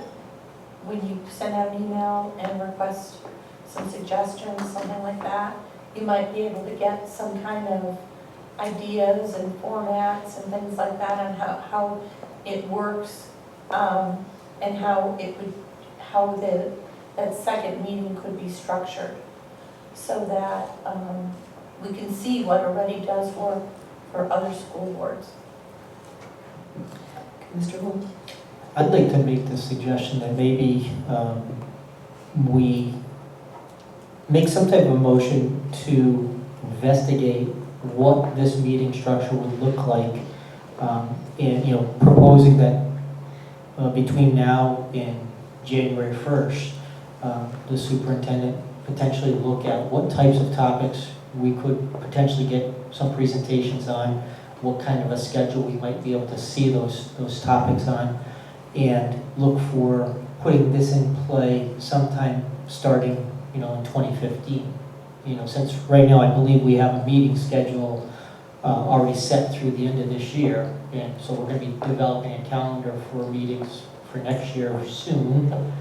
So I think that's an opportunity for us. And again, we can find out what types of topics. The other thing we have to consider is those early topics are going to land during budget season, and because of budget season, we might want to be careful how, we're going to need a certain amount of time for budget topics, I'm sure, along the way as well. So that would be the idea or the suggestion I would say we should fly with. Is that a motion? I would put that in the form of a motion if you'd like. Is there a second on that motion? Mrs. Bush? Second. Okay. Mrs. Vaughn? Could we, I think it would be important to be including what board members feel they'd like to learn about as well. So your suggestion was the superintendent put it together, but maybe board members could communicate to the superintendent things that they would like to know more about, and she could plan a calendar based on those requests as well. I would absolutely add that as a friendly amendment. The budget session may be the time that there are specific things that we want to better understand, since we'll be funding them or not funding them. Mr. Kalina? Yeah, a couple of concerns is, I think the idea is excellent, but I don't think being pigeonholed into one format would necessarily be a good thing. I think a combination of what Mr. Hull and Mr. Kemp have espoused would be good ideas. Sometimes more free-flowing discussions, sometimes a little more formal, depending on what's being discussed and the nature of the material. I think that we shouldn't have ourselves stuck in one format at all times. I think whatever's appropriate to the situation. I think to Mr. Hull's, and correct me if I'm wrong, his first comment is that we hear all the time that people are intimidated to come before us, and we don't want that, so we want to make it a comfortable evening for them. So. And what I would also suggest is when we do get that proposal, back from the superintendent showing what a proposed meeting schedule could look like, and we adopt that. Because I'm assuming we're going to come back and vote on this to actually adopt that. That maybe we set ground rules at that time as to how we want to conduct business at that time. And, like I say, take into consideration, what happens when we have the dialogue, how do we want to, go at folks with questions. Letting people know, for example, that it's acceptable to say, I don't have an answer to that, I will research and get back to you, things of that nature, whatever those ground rules should be. But it gives us an opportunity then. that may be the time that we simply suspend Robert's rules, and some of the most, in my opinion, some of the better learning opportunities have been like Lighthouse, where we simply just talk to each other about what's going on with less formality. So just something to keep in the back of our minds, that non-business meeting could just be, we could suspend Robert's rules for that evening. Mr. Kemmett? No. Oh, pardon me. Seriously, I just thought I'd net it out. Suspending Robert's rules is a very, very, very serious matter. And as much as I would like to see us take on a different form of our meetings, suspending Robert's rules is not one of them, in my opinion.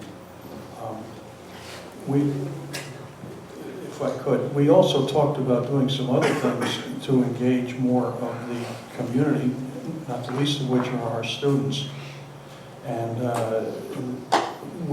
right now, we're one of the few boards that has a student representative at the table, but we were talking about taking more advantage of the students' opinions through their representatives than we do at present. I think there's probably a lot that we could glean from their viewpoints. And we also talked about our prior students and surveying those that are are graduates, as to what they experienced here, what they think we could have, should have done differently and might do differently in the future. They were our customers and actually should be viewed as still our customers. Some still live here and they're parents now, but we should take advantage of what they have to offer as well, I think, more than we have. And that was part of the Lighthouse discussion as well. Okay, we have a motion on the floor, unless someone else wants to say something? Okay, nope. All right. The motion is, once again, I get these motions, I've got to paraphrase. Investigate what this meeting structure will look like, what types of topics, with suggestions to administration and Board of Ed members that would be interested in hearing about, and probably not starting this until sometime in 2015, maybe January, maybe February after the budget's done. That would be right. Any other changes to that motion? Not a change. When do we set our calendar? December. So could we do this in December when we set the calendar? Yes. Okay. Okay. Any other? All those in favor? Okay, it's unanimous. Thank you. I think it sounds like fun. Okay, Mr. Hall. Well, I'd like to just follow up on what Mr. Kemp had suggested, or stated at the his last points there. We did talk about during our Lighthouse training the potential for looking at possibly including others at this table. That isn't necessarily just that special meeting part, that new format meeting that we're talking about, but at our business meetings for having someone at the table for informational purposes. Potentially, we had talked about parent organization, representation from a parent organization or potentially others. Is that something that we wanted to explore further? I mean, we did have some conversation about that during our training program, and I thought that did make some sense. Mrs. Bush. Yes, I thought personally it was a good idea, like we have a student liaison, possibly we have a PTO liaison or something like that, that would also sit at the table with us and, be able to have some input in some of the areas. We have some parents that, attend our meetings regularly, and it would be nice to be able to give them a voice as well, because they are one of the stakeholders in our school district. I was going to be asking Mr. Houle, who's the chairman of our communications committee, to call a meeting, and we could start working on some ideas for communications and incorporate that with all of this. Anything else on our lighthouse meeting for now? Okay. Then we'll move on to item 6.4, reports from Board of Education liaisons regarding attendance at organizations or committee meetings. Does anybody have anything to report? I just want to share that, and there is a flyer in your folder about the dedication of the Mary Jo Myslinski Memorial at the Center Road Library. It's on November 9th from 2 to 4 p.m. Sunday afternoon. Also, I was at their last PTO meeting and they shared what they have come up with as their teacher, parent, student compact. I only have one copy, but I'll pass it around. It's pretty good. They worked on that in their school governance council meeting. That's all I have. I attended the Festival of Bands. It was a great event, and there was great attendance. The stands were full. The bands were fabulous to listen to. I didn't get to hear them all because I was helping. I was helping the entry, but it was a wonderful event, and it really showcased our school, our band, and people were very pleased with it. And I want to thank all the parent volunteers, all the students, all the alumni that came back to help out and attend. Mr. Green. I'd like to second what Ms. Bush mentioned about the Battle of the Bands, or the, whatever they call it nowadays, Festival of the Bands. I was there helping out with the first aid with the Boy Scouts, and it was great. We were out down on the field, and the bands were tremendous. Everybody's having a great time. The weather was no impediment whatsoever, even though it was kind of wet and rainy, but we all had a wonderful time. And fortunately, we had no injuries, which was a plus. That's great. Anyone else have anything to report? All right. Move on to item 6.5, establishing superintendent's goals. Dr. Conway, we had shared with her 6 potential goals that we had talked about, and Dr. Conway had sent us a recent email about some of those concerns. Numbers 1, 2, 5, and 6 are certainly no problems, and I agree with them. I will tell you that number 5 will be going live, I think, a week from Monday. So we have everything set up on the website and a new email address and all of those kinds of things. So that's very quick. That's a great idea. I think Mr. Cullinan does that in Ellington. Does he do that? Yeah. And so, Trish was able to get that set up very quickly through IT. Numbers 3 and 4, I really have some questions or concerns. Number 3, I certainly can do research, review of the lit. That's not an issue. I don't know that the board has all the information at this time as to what we are doing. We have many community partners, so both school system and community partners that provide parent education and at all levels. So it's not just parents of young children, it's parents of really birth to 18. So we are doing that. My request there would be that can we provide which I think would be a great presentation on your presentation night if you go that way. Provide just a plethora of opportunities out there that we do provide. We meaning the community and the school system together. So I'm not sure they're all research based. We're all these are our best practices that are all being put into into play here. So my request there would be, can we share at a presentation all of the parent education programs that are available here in the town and what participation there is, things like that. And then if the board still wants to find more information at that point, then we do the research. I think it would be helpful if the board knew what the activities were that we're already engaging in. What I've learned from my participation in the Hartford Foundation for Public Giving Committee is that there are lots of things going on out there, but they're only reaching small groups of students, people at a time, very small.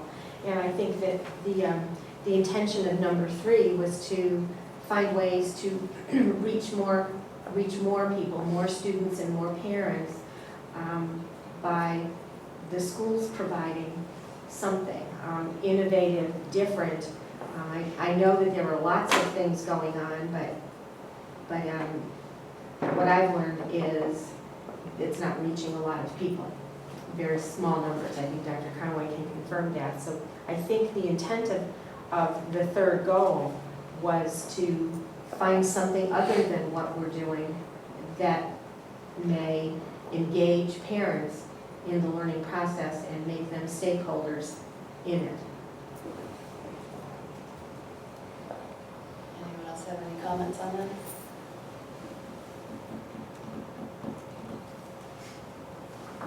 Mr. Holmes? Well, my comment was going to be, I think I'd like to have more awareness of those programs as Dr. Conway has offered to at least present to us what we have today, because I think that's one of the places where I feel I'm a little bit lacking in understanding all those different places that we are currently reaching out to parents. So that's my perspective.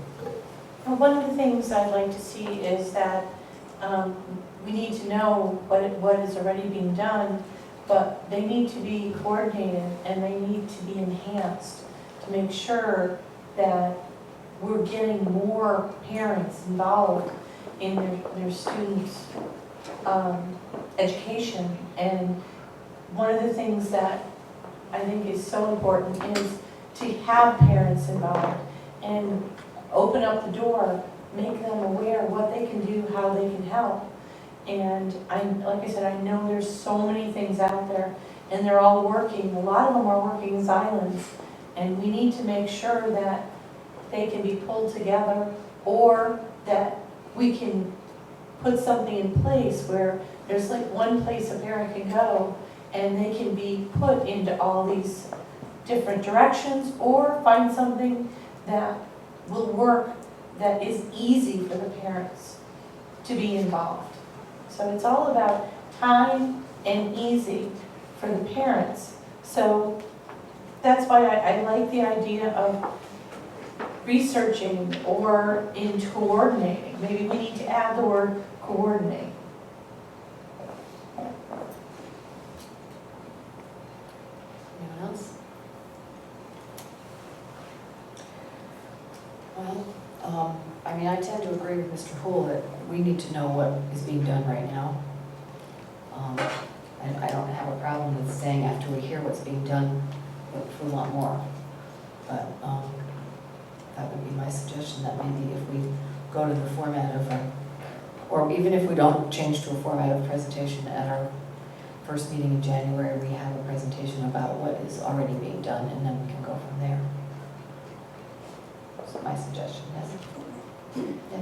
I would say if we let number 3 go, we're missing an opportunity and we're wasting another year.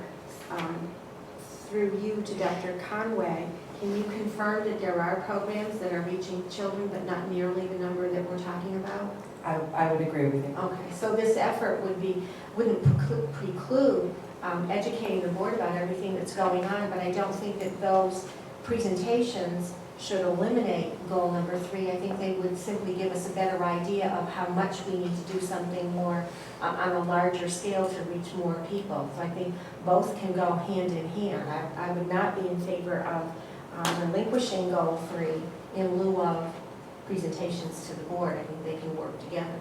Right, I was not suggesting that. So. Okay. Mr. Houle? Yeah, would it make sense, and I'm just tossing this out here as an idea, but for number 3, instead of just putting it out there as plain research parent programs, that we put it into the form of some type of take action on request from the board to research specific things that we can direct based on our knowledge of what programs we are doing. As we learn what we're doing, I think you're saying there's more opportunities out there that we would want to find out more information on, act upon those things, rather than sending, everybody off with a blank slate. Kind of confused. What were you trying to say? Sorry. Take Well, action. what we're saying here is we're directing the superintendent to research parent education programs, right? And what we've been told is we're doing a lot of things right now, and our expectations, how can we set any expectations without knowing what those are? But we want to make sure that it's within the goals to do some additional research for things that we think that we're not doing either a sufficient job in, or that we want additional information on.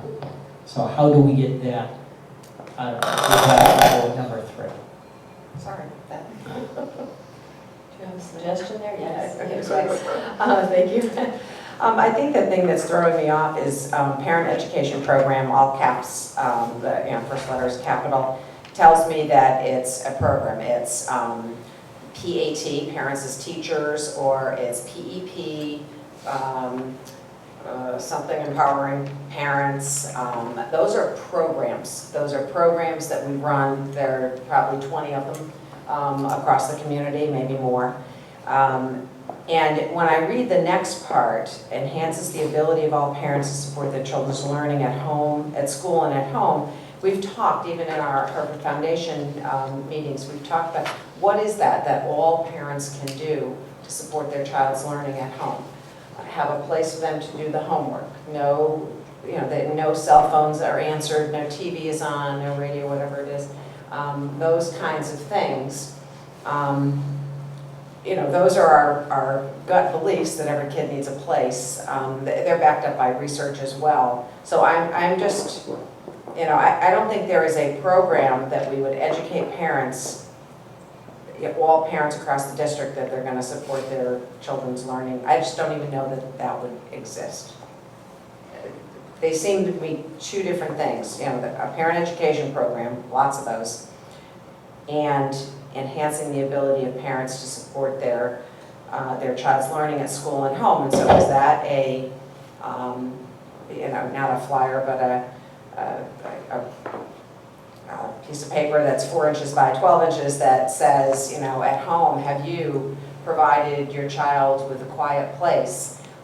Do you make sure that there's no noise interrupting your child when they do homework? Did you ask your child what they did in this class today, or what those questions are, rather what'd you do today, nothing. Asking them to maybe we could research what those questions are that are STEM questions for parents to ask their children as well. I can certainly research, but I don't see them as the same thing. A parent education program does serve a small number of people purposely. It serves a small number of people for whatever that purpose is. Whether you have, youngsters, you have children with disabilities, you have other parenting needs. So I can research it. I don't know what I'm going to find. Yeah. Well, I think what you're trying to say is look for ways to enhance the ability of all parents to support their children's learning. Right. We could research, if you just have parent education Okay. program, research ways to enhance, etc. And report the results of that to the board. That would make more sense to me. But please. Well, maybe that should include expanding what's working, expand and enhance the current programs in place. And then there were specific programs that or initiatives, maybe that's better, purchase a program, but initiatives that were addressed in a couple of the videos that we saw about parent engagement. And that to me would be an important factor, not telling them to provide their child with a quiet place, but specific activities that engage the parents and bring them to the school. One of them was, you don't get your child's report card unless you go to the school and pick it up. And that Anyway, things like that are out there, so I don't think the board's intention, we shouldn't have capitalized those. It wasn't a specific parent education program, it was expand and enhance what's working now, and then introduce other strategies to engage parents in their child's education, and that would be measurable by the numbers of parents that actually participate.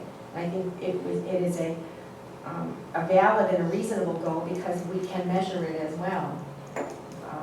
Does that make it any clearer? Expand and enhance what's in place and working, and then research other initiatives to engage parents in their child's education. So if I could rephrase through you, Mrs. Fisher, take away the caps and then just put research, parent engagement programs that enhance, etc. Does that make sense? Because isn't that truly what we want, is parent engagement? Everybody agree with that?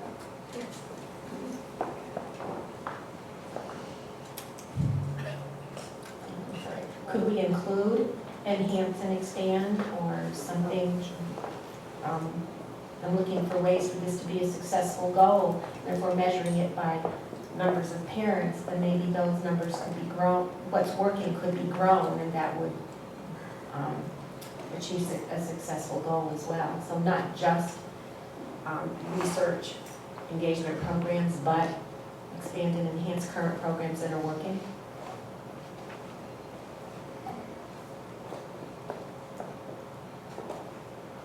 Is everybody all right with that? Are you all right with that? I'm going to research the feasibility of expanding those programs and bringing all that back to the board. Mr. Kevin? Well, I realize we're here to set goals for the superintendent and come to closure on that, and that's great, and certainly this is productive. But I also want to say that this should not be exclusively the task of the superintendent. I think that each board member could or should look at another Board of Ed meeting in another town or state, and if we want to take on a format that's different than what we're used to, it wouldn't kill us to actually look at the process of a meeting that's conducted elsewhere. That's one idea. And the other one, a couple others, but David, we're talking about parent programs. We're not talking about Board of Ed meetings. Or parent engagement things. well, okay. Thank you. The thought of best practices that are conducted by other boards in order to gain parent involvement then should not necessarily be the superintendent's sole responsibility. I think each board member could do more to understand what it might take to engage parents. There are books that are written about this. There are best practices that are made available to us through CABE and other organizations in other states. And we need to individually educate ourselves as to how we might best educate, engage parents and outside groups for that matter in the process of supporting public education in a town. So inasmuch as it's a goal for the superintendent, I think each of us should take some responsibility to increase our game at the same time. Anyone else have any questions or comments on number 3? Are you okay with number 3 as we? Thank you. Okay. Now number 4. Number 4, Mr. Burt and I can certainly give you an update. In fact, I'll start it and he can chime in anytime. We have done the bioverification forms for grades 6 through 12, is my understanding. All of the elementary are already done. So students have access to all of their data, 9 through 12, and I think 6 through 12. They were still in the process. Have they finished? They have not finished. Why don't you give an update, please, Mr. Burke? Okay. Thank you through the chair. Currently, as part of the regular process for the elementary schools, they send out a bio-verification form early in September. I believe those have all been done to make sure that the contact information that's in our student management system is accurate. That's just part of the regular process that they've done for years. The high school borrowed that similar bio-verification, sent that out with a cover letter specific to Aspen, and those have now been coming in. As of today, I know numerous parents have checked in information, signed off on it, sent it back, and once they've done that, then they're going to get the access. And then tomorrow night, Ms. Vernon is actually running a parent information session in a computer lab where they'll actually have the opportunity to come in, and if they have their bio-verification sheet with them, they can get instant access at that point, and she can walk them through some of the things that are available in Aspen. The middle school is about a week to 2 weeks behind. They're going to be doing the same process. They're going to do the bio-verification forms, send those out with a cover letter, get those back in, and start releasing the information to parents. Someone has asked me, well, why don't we just open up the portal and send everybody their passwords? There is a way for me to email everything to everybody. And that's just too Wild West for me at this point, because we have moved to an entire new system. We're looking at legacy data that is not 100% accurate. I'm looking through people here now. Northeast School, there's a student who graduated in 2007 for some reason in the system. It's still sort of a ghost in the machine.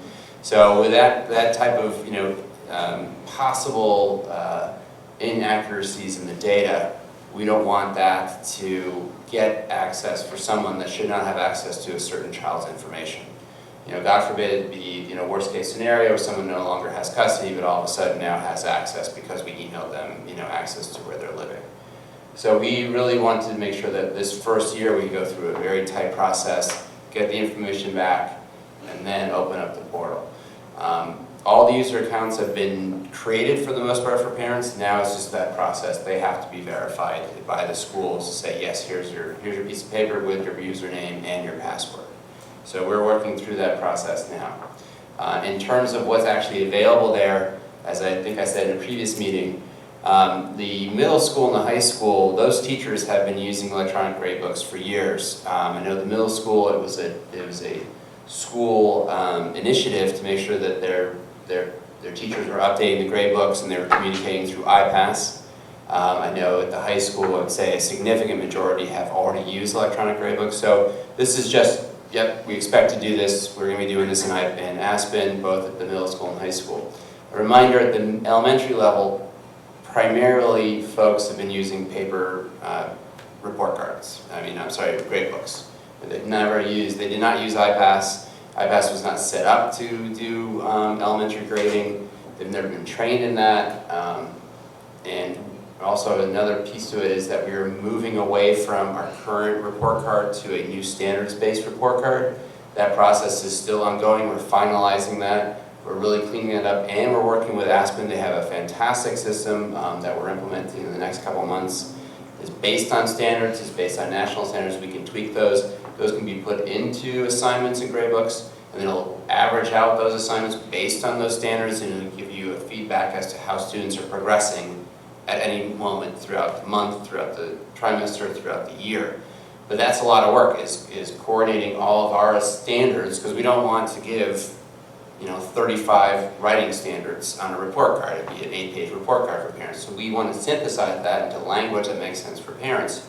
Behind that simple statement on that report card can be all those specific standards, specific to writing, for instance, that would combine into that single grade. Much like you get your report card for social studies, for U.S. history, let's say it's an A. You're not going to list out all of the assignments, all the standards that were done during the course of the year.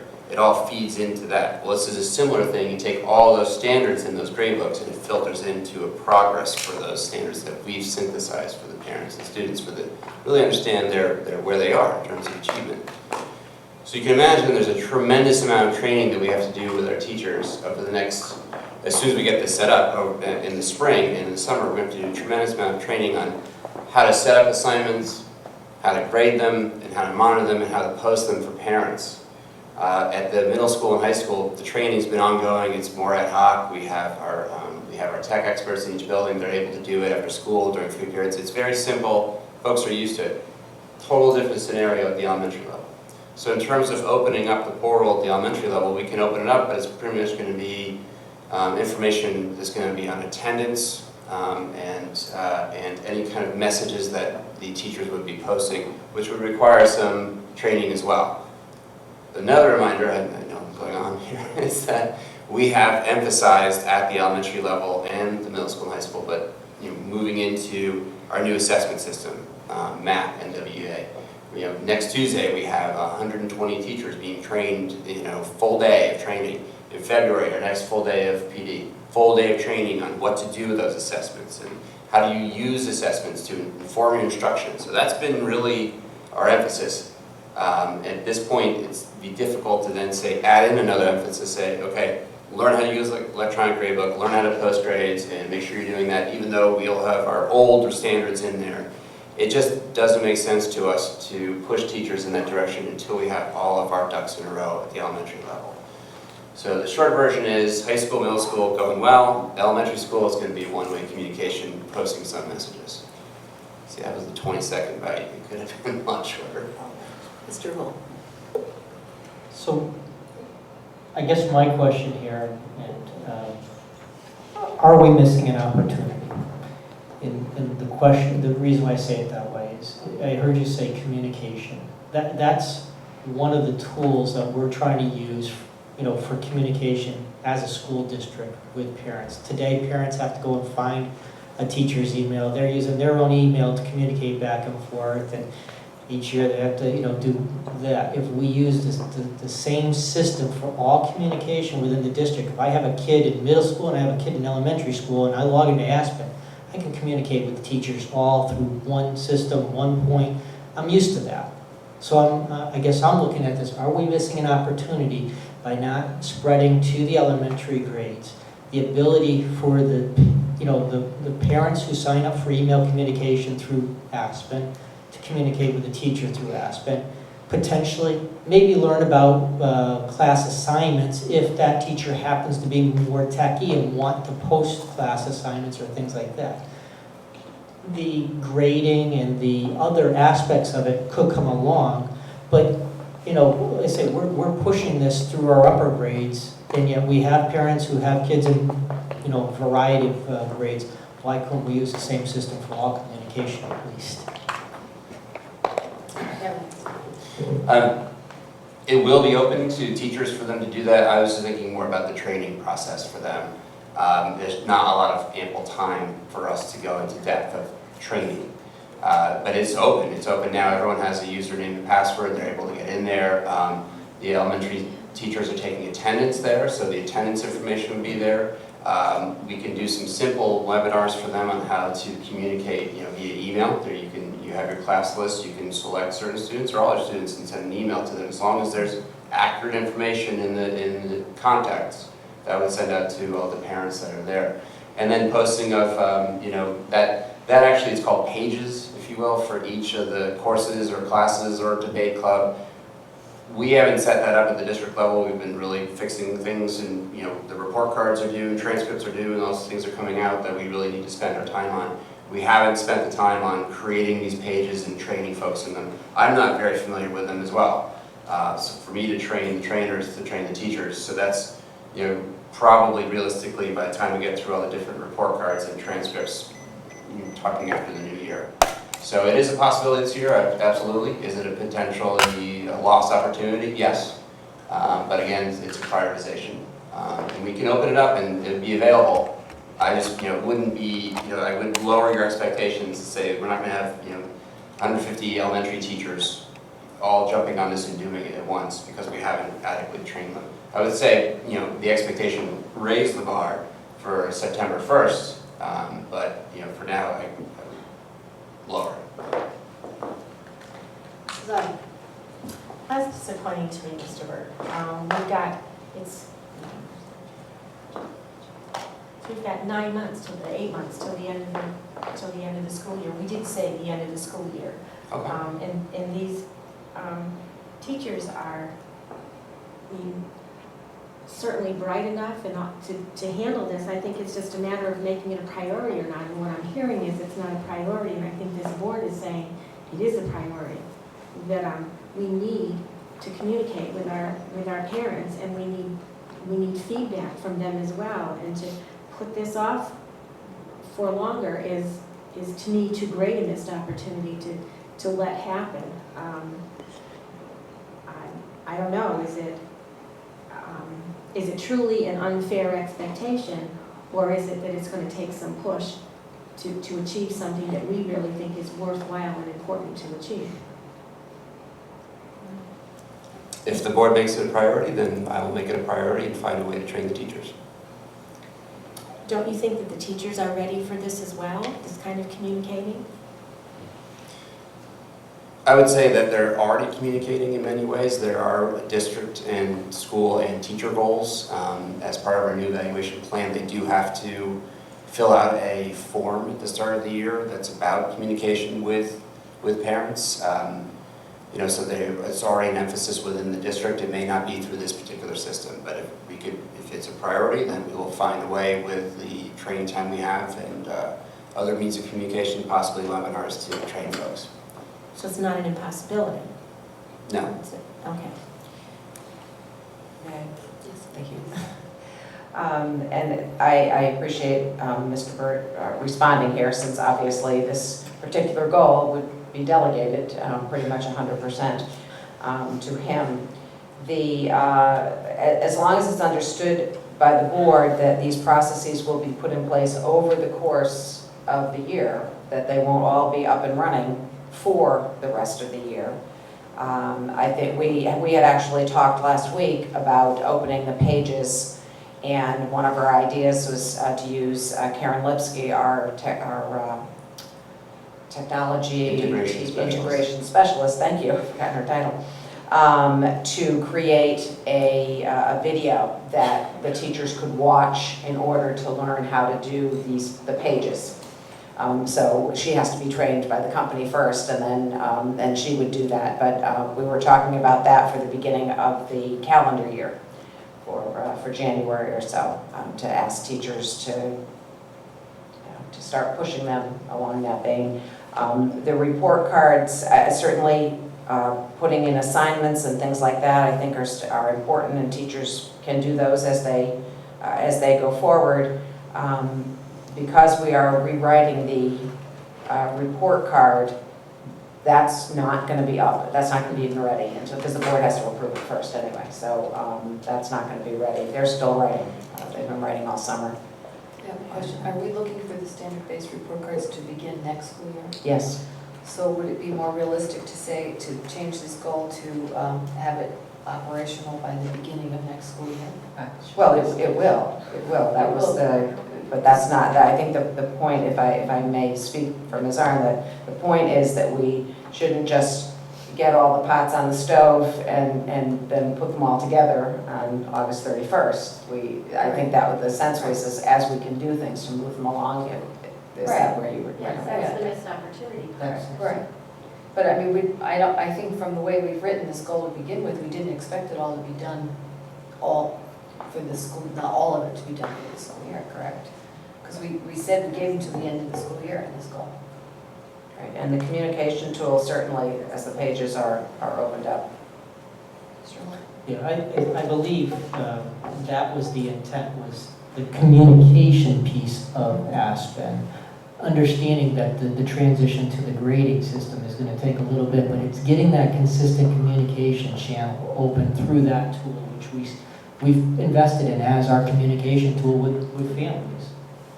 And I would have no problem modifying number 4 to say at the beginning of the next school year, to be fully enacted by the beginning of the next school year, instead of by the end of June this year.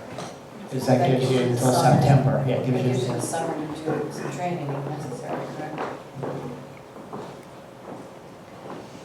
Anybody else have any thoughts on that?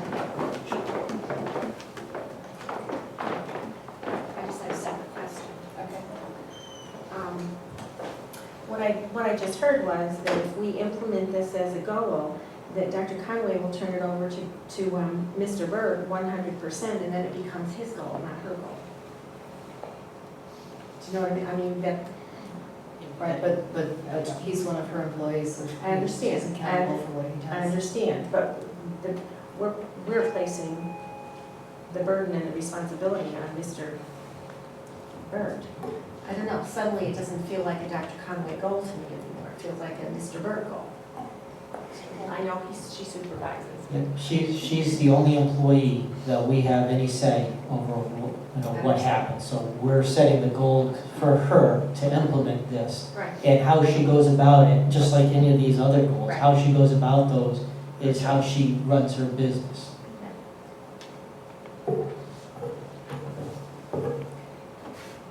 So, are we okay with that? Okay. Everybody okay with that? Do you formally approve Yes, I think we do. Need a motion. Mr. Holt? I make a motion that we approve the superintendent's goals for 2014-2015 as amended this evening. Is there a second? Second. Okay, any further discussion? So, Could you just clarify for me then? What is it, how does it read now?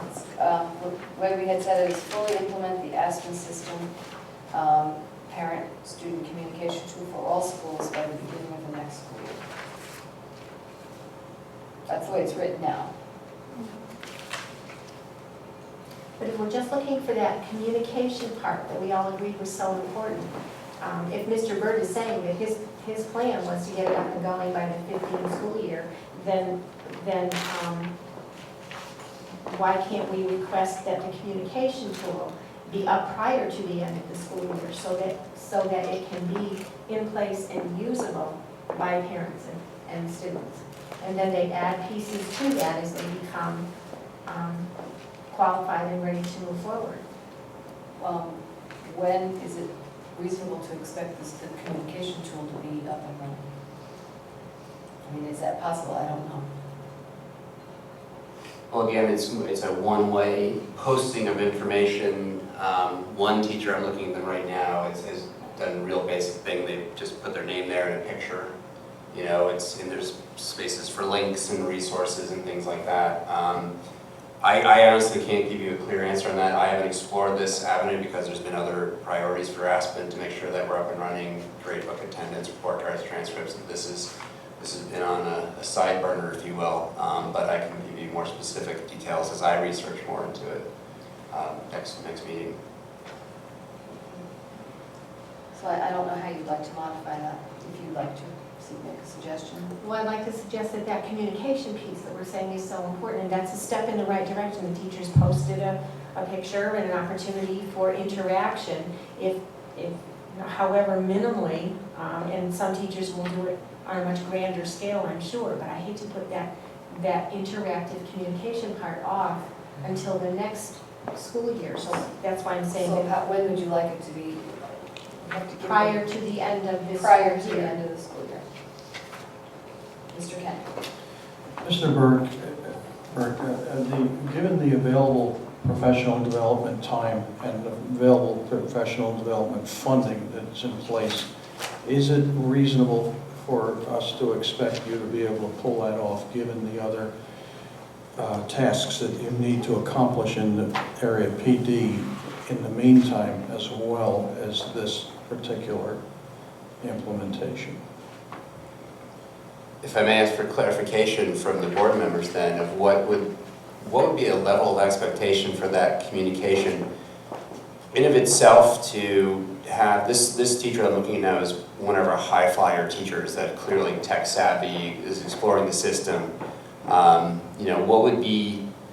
What would you like to see? Would it be a posting at least by the end of the year with some details, some web links, and some characteristics, because as you know, we have folks on the spectrum of tech experts to not so much. I guess the level of minimum expectation, if you're looking for highly adept users that are weekly communicating out to parents, I would say that there's a low likelihood of that being successful between now and the end of June. If you're looking for a very low standard of every teacher set up their page, they put their name in, some pictures, some web links to resources that would help their students in, say, math, ELA, whatever their particular subject is, and attempt a Aspen communication out to the parents, 3 times between January and June, I think that's doable.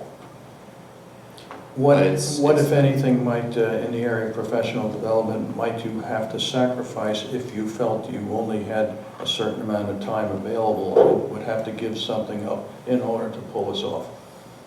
I think to do it well, we have our PD scheduled throughout the year, specifically elementary level because of the new strategies in terms of mathematics we're using, as well as the Readers and Writers Workshop. There's planned programs throughout those early release Fridays of each piece of the Readers Workshop.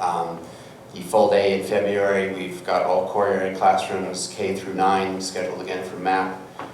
So that the time is scheduled out. However, we're exploring alternate ways of delivering professional learning.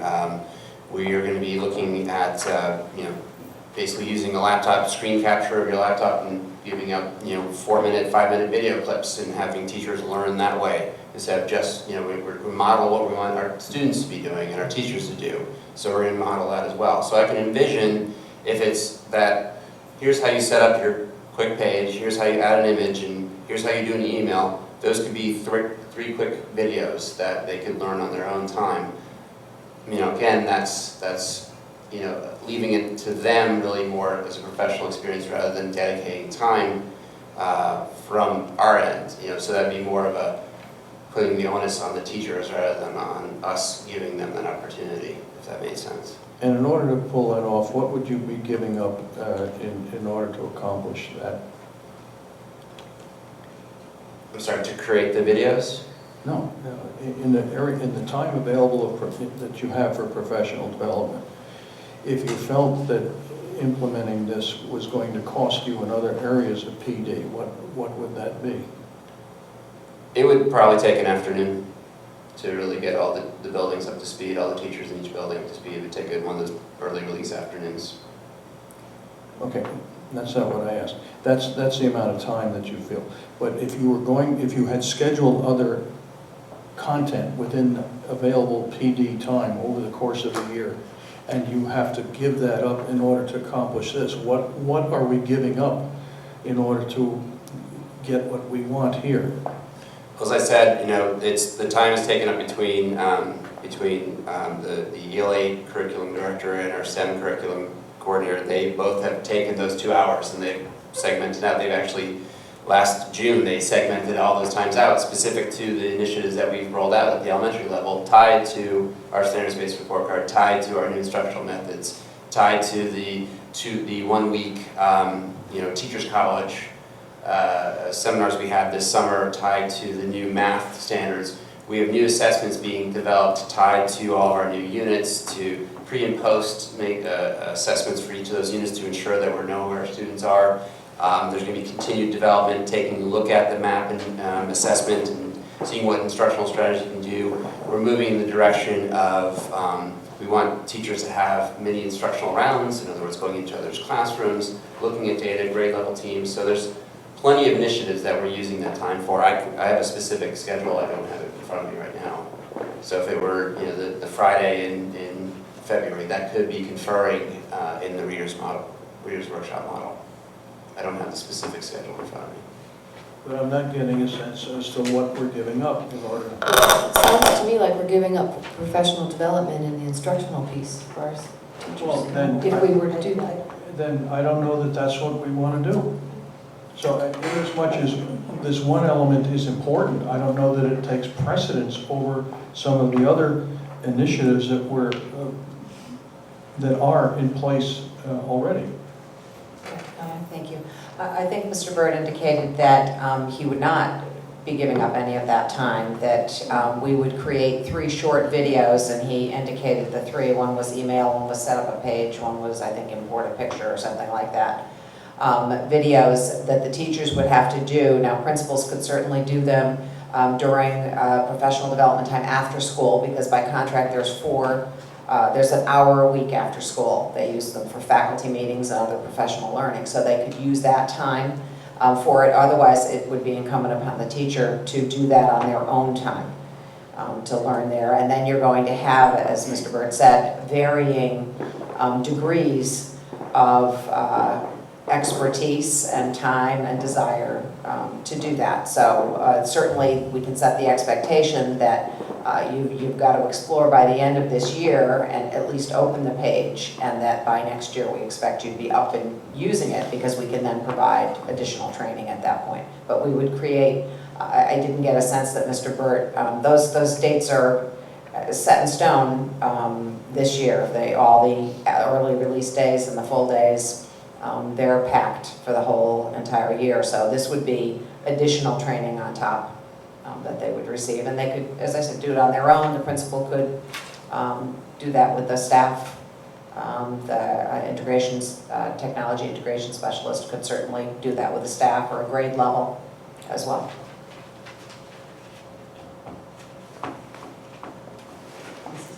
Sounds like an underestimation of the staff, but like, I wouldn't consider myself tech savvy, but I can download things, I can post assignments, I can look up my grandchildren's stuff, see what's going on. And I think if they had some instruction and then an opportunity to play with it, the deadline being the end of the school year, it seems to me that it's an underestimation of their ability and willingness, especially if we say we'd really like you to do this for the sake of the students and their parents, and you're not taking anything away from instructional time. And I understand that maybe some will be adding a whole lot more to their page than others, but at a minimum, I can't imagine that the staff wouldn't be able to interact with parents via Aspen regarding assignments or something special going on in their classroom, or an opportunity just to interact. We're not looking for experts, we're looking for communication, and sounds to me like with a little bit of instruction and a little bit of prompting, that could be achieved and then expanded upon, so we have a whole system full of experts. But to start with, we just want them accessible. Can I read what I think we're getting to, and correct me if I'm wrong? Implement the parent-student communication tool of the Aspen system for all schools prior to the end of the school year. Is that what we're looking for? Yeah. Is that doable? Yeah, that's how the motion reads. Okay. Is to approve those modifications as we agreed. Just change that one. Okay. All right. Now we have a motion on the floor. Any other comments, concerns? Mr. Kemp. Last chance, if you think we're setting you up for failure, tell me now before I vote for this. Through the chair, I will address both Ms. Arns and Mr. Kemp's concerns. I apologize if you think that I was underestimating staff. I just want to make sure that we support them adequately. And if we are setting what I'm hearing is a basic level, then I have full faith in our faculty that we can deliver that PD over time without sacrificing other emphases and other priorities for the district. That's what everyone wanted to hear, I guess. All right, now we have a motion on the floor. All those in favor? It's unanimous. Thank you very much. Okay. Now we have item 6.6. Executive session. All right. So who wants to make a motion to go into executive session? Mrs. Bush? So moved. Mr. Hull, second. Do we need to invite superintendent? Yes.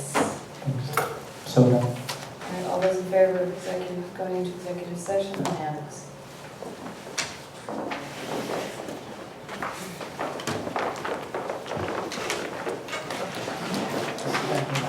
I will do everything afterwards, so thank you so much. Oh,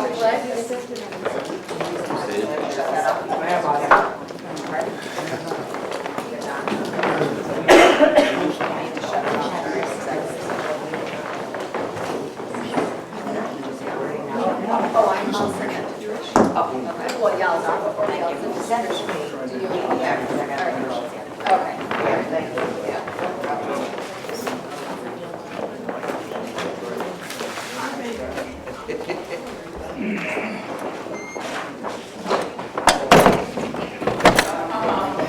I'll see it. See you Wednesday. Yes, good luck.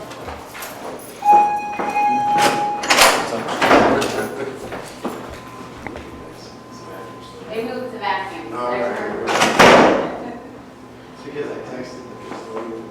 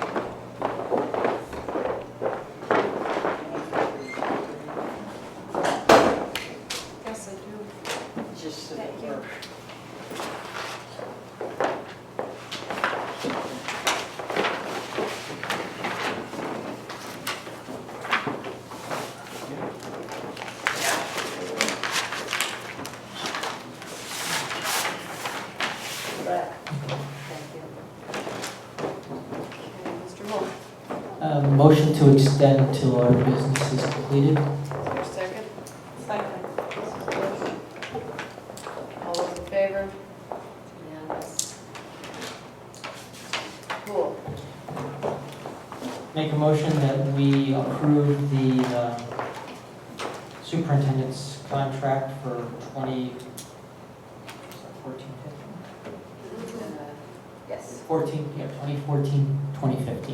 as discussed in executive session. Second. Any further discussion? All those in favor? It's unanimous. Thank you. Okay, we've got two more things. To review and update the Board of Education calendar. Does anybody have anything? No opportunities for questions from the press, they're gone. Anyone want to make a motion? Mrs. Arn? May I ask a question? It's out of order, I'm out of order. Can you update the status of the administrator's contract? I don't know what happens after the town council says no. I don't know what the process is. That would have to be an executive session. I'm not just gonna. No, I just. Oh, okay, I'm sorry, Yes. okay, go ahead. Do you mind? No, go ahead. I know that the administrators met today with their council, so I don't know the results of that. We did have conversations with the mayor. The board's attorney has named, on behalf of the board, John Romano as the board's arbitrator. And that had to be done 5 days, so probably by tomorrow, but he did it Friday or today, I can't remember which. Let's see what else. I think that was about it. We have a certain number of days to come to agreement before we go to arbitration, so that's still a possibility. And I know that Mrs. Buell has already met with the group once to see if they could come to agreement. And I know the union today, as I said, was meeting with their council, so it's still possible that might be. We met, actually, Mr. Kemp was able to come to a phone conference with the board's attorney to get our next steps in a row, so I'm hopeful, but we have to proceed on as if we will be arbitrating fully. And there's a cost to associate or to arbitrate each item, right? That is per correct. item? It's per item, and just as an example, salary is not one item, it's 3 items because there's 3 years of the contract. And increment or steps would be another 3 items.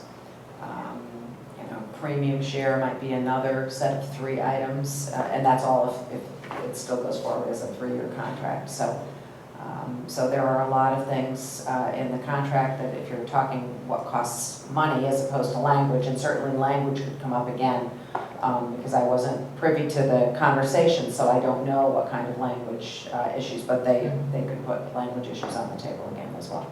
And every issue has to be reviewed. When you can do the math, there's at least 18 items. Well, and if they do That language, involves- it's that even involve more. money. At least 18 items, Right. and plus any possibility of language. So if it goes to arbitration, that they, Could easily cost us $20,000 for arbitration as well as the union. each individual, there are 18 members of the bargaining unit, 18 and a half, and so it'll cost them at least $1,000 out of pocket, for sure, to take this to an arbitration hearing. That's nothing compared to what they have to gain. We would That's why. anticipate that the board's cost would be anywhere between 15 and 20, but probably closer to 20. Well, they also stand to lose on of those 18 to 20 items or more. They don't stand to win all of those. I mean, these arbitration panels are gonna basically split the difference, not of the dollar amount. They'll pick year 1, you win the step, year 2, the union gets the step, and so at the end of the 18 items or more, the award will be all over the place as to who gets awarded what. The board wins these and the town, the union wins up. So what is that gonna net out to them financially? not as much as you might think, and they're gonna have to pay $1,000 each for the privilege of doing it. So it may not be in their best interest to go to arbitration, but that doesn't mean they won't. They may want to do it anyway. The law says it's 5 days then, is that what you said, Mary? To set up arbitration. Just for us to notify the state, which Mr. Dorsey did right away, and to choose the board's arbitrator. So And we've done that. Anytime between then And the actual arbitration. we can work on, Yes. couldn't we ask to sit down with them then? Yes, oh, absolutely. Pat and I. Patty's had an informal conversation with them at this point, and as I said, they were meeting with their counsel, so I would expect that the negotiators would be back together and try to move I that. didn't mean with Patty, I meant with the board. Right, well, that was an informal conversation first. Mr. Holm? Typically, what I've been hearing, and, all of the times that I've been in negotiations, and I've been on the negotiating committee since I joined the board, from our attorney, is if we, both sides agreed on the contract, which both sides did agree, and we formally each signed, but the town council rejected, that if it goes to an arbitrating panel, it's very likely they will grant us exactly what both parties had agreed upon. So again, you talk about the union stands to lose, just like it's really a financial issue. This is what it really comes down to, I believe. But couldn't the town reject it again? Yes. And then it would have to go to arbitration again? Binding arbitration at that point, that's Well, correct. the first time it's not binding. That's correct. It would, because the town council, the financial body of the town can reject the contract, which they did. So it's going to an arbitrator. They can reject it a second time. It goes to binding arbitration, so there's no further recourse. And if they go a second time, then. They pay for it. Yeah, and all we do is pay. And that's what it's all about, it's paying. Well, we'll see what happens. That's where we are at this point in time. Okay, does anyone want to make a motion to adjourn? So. Okay, anyone want to second that? I'll second it. Mr. Corina. All those in favor? It's unanimous.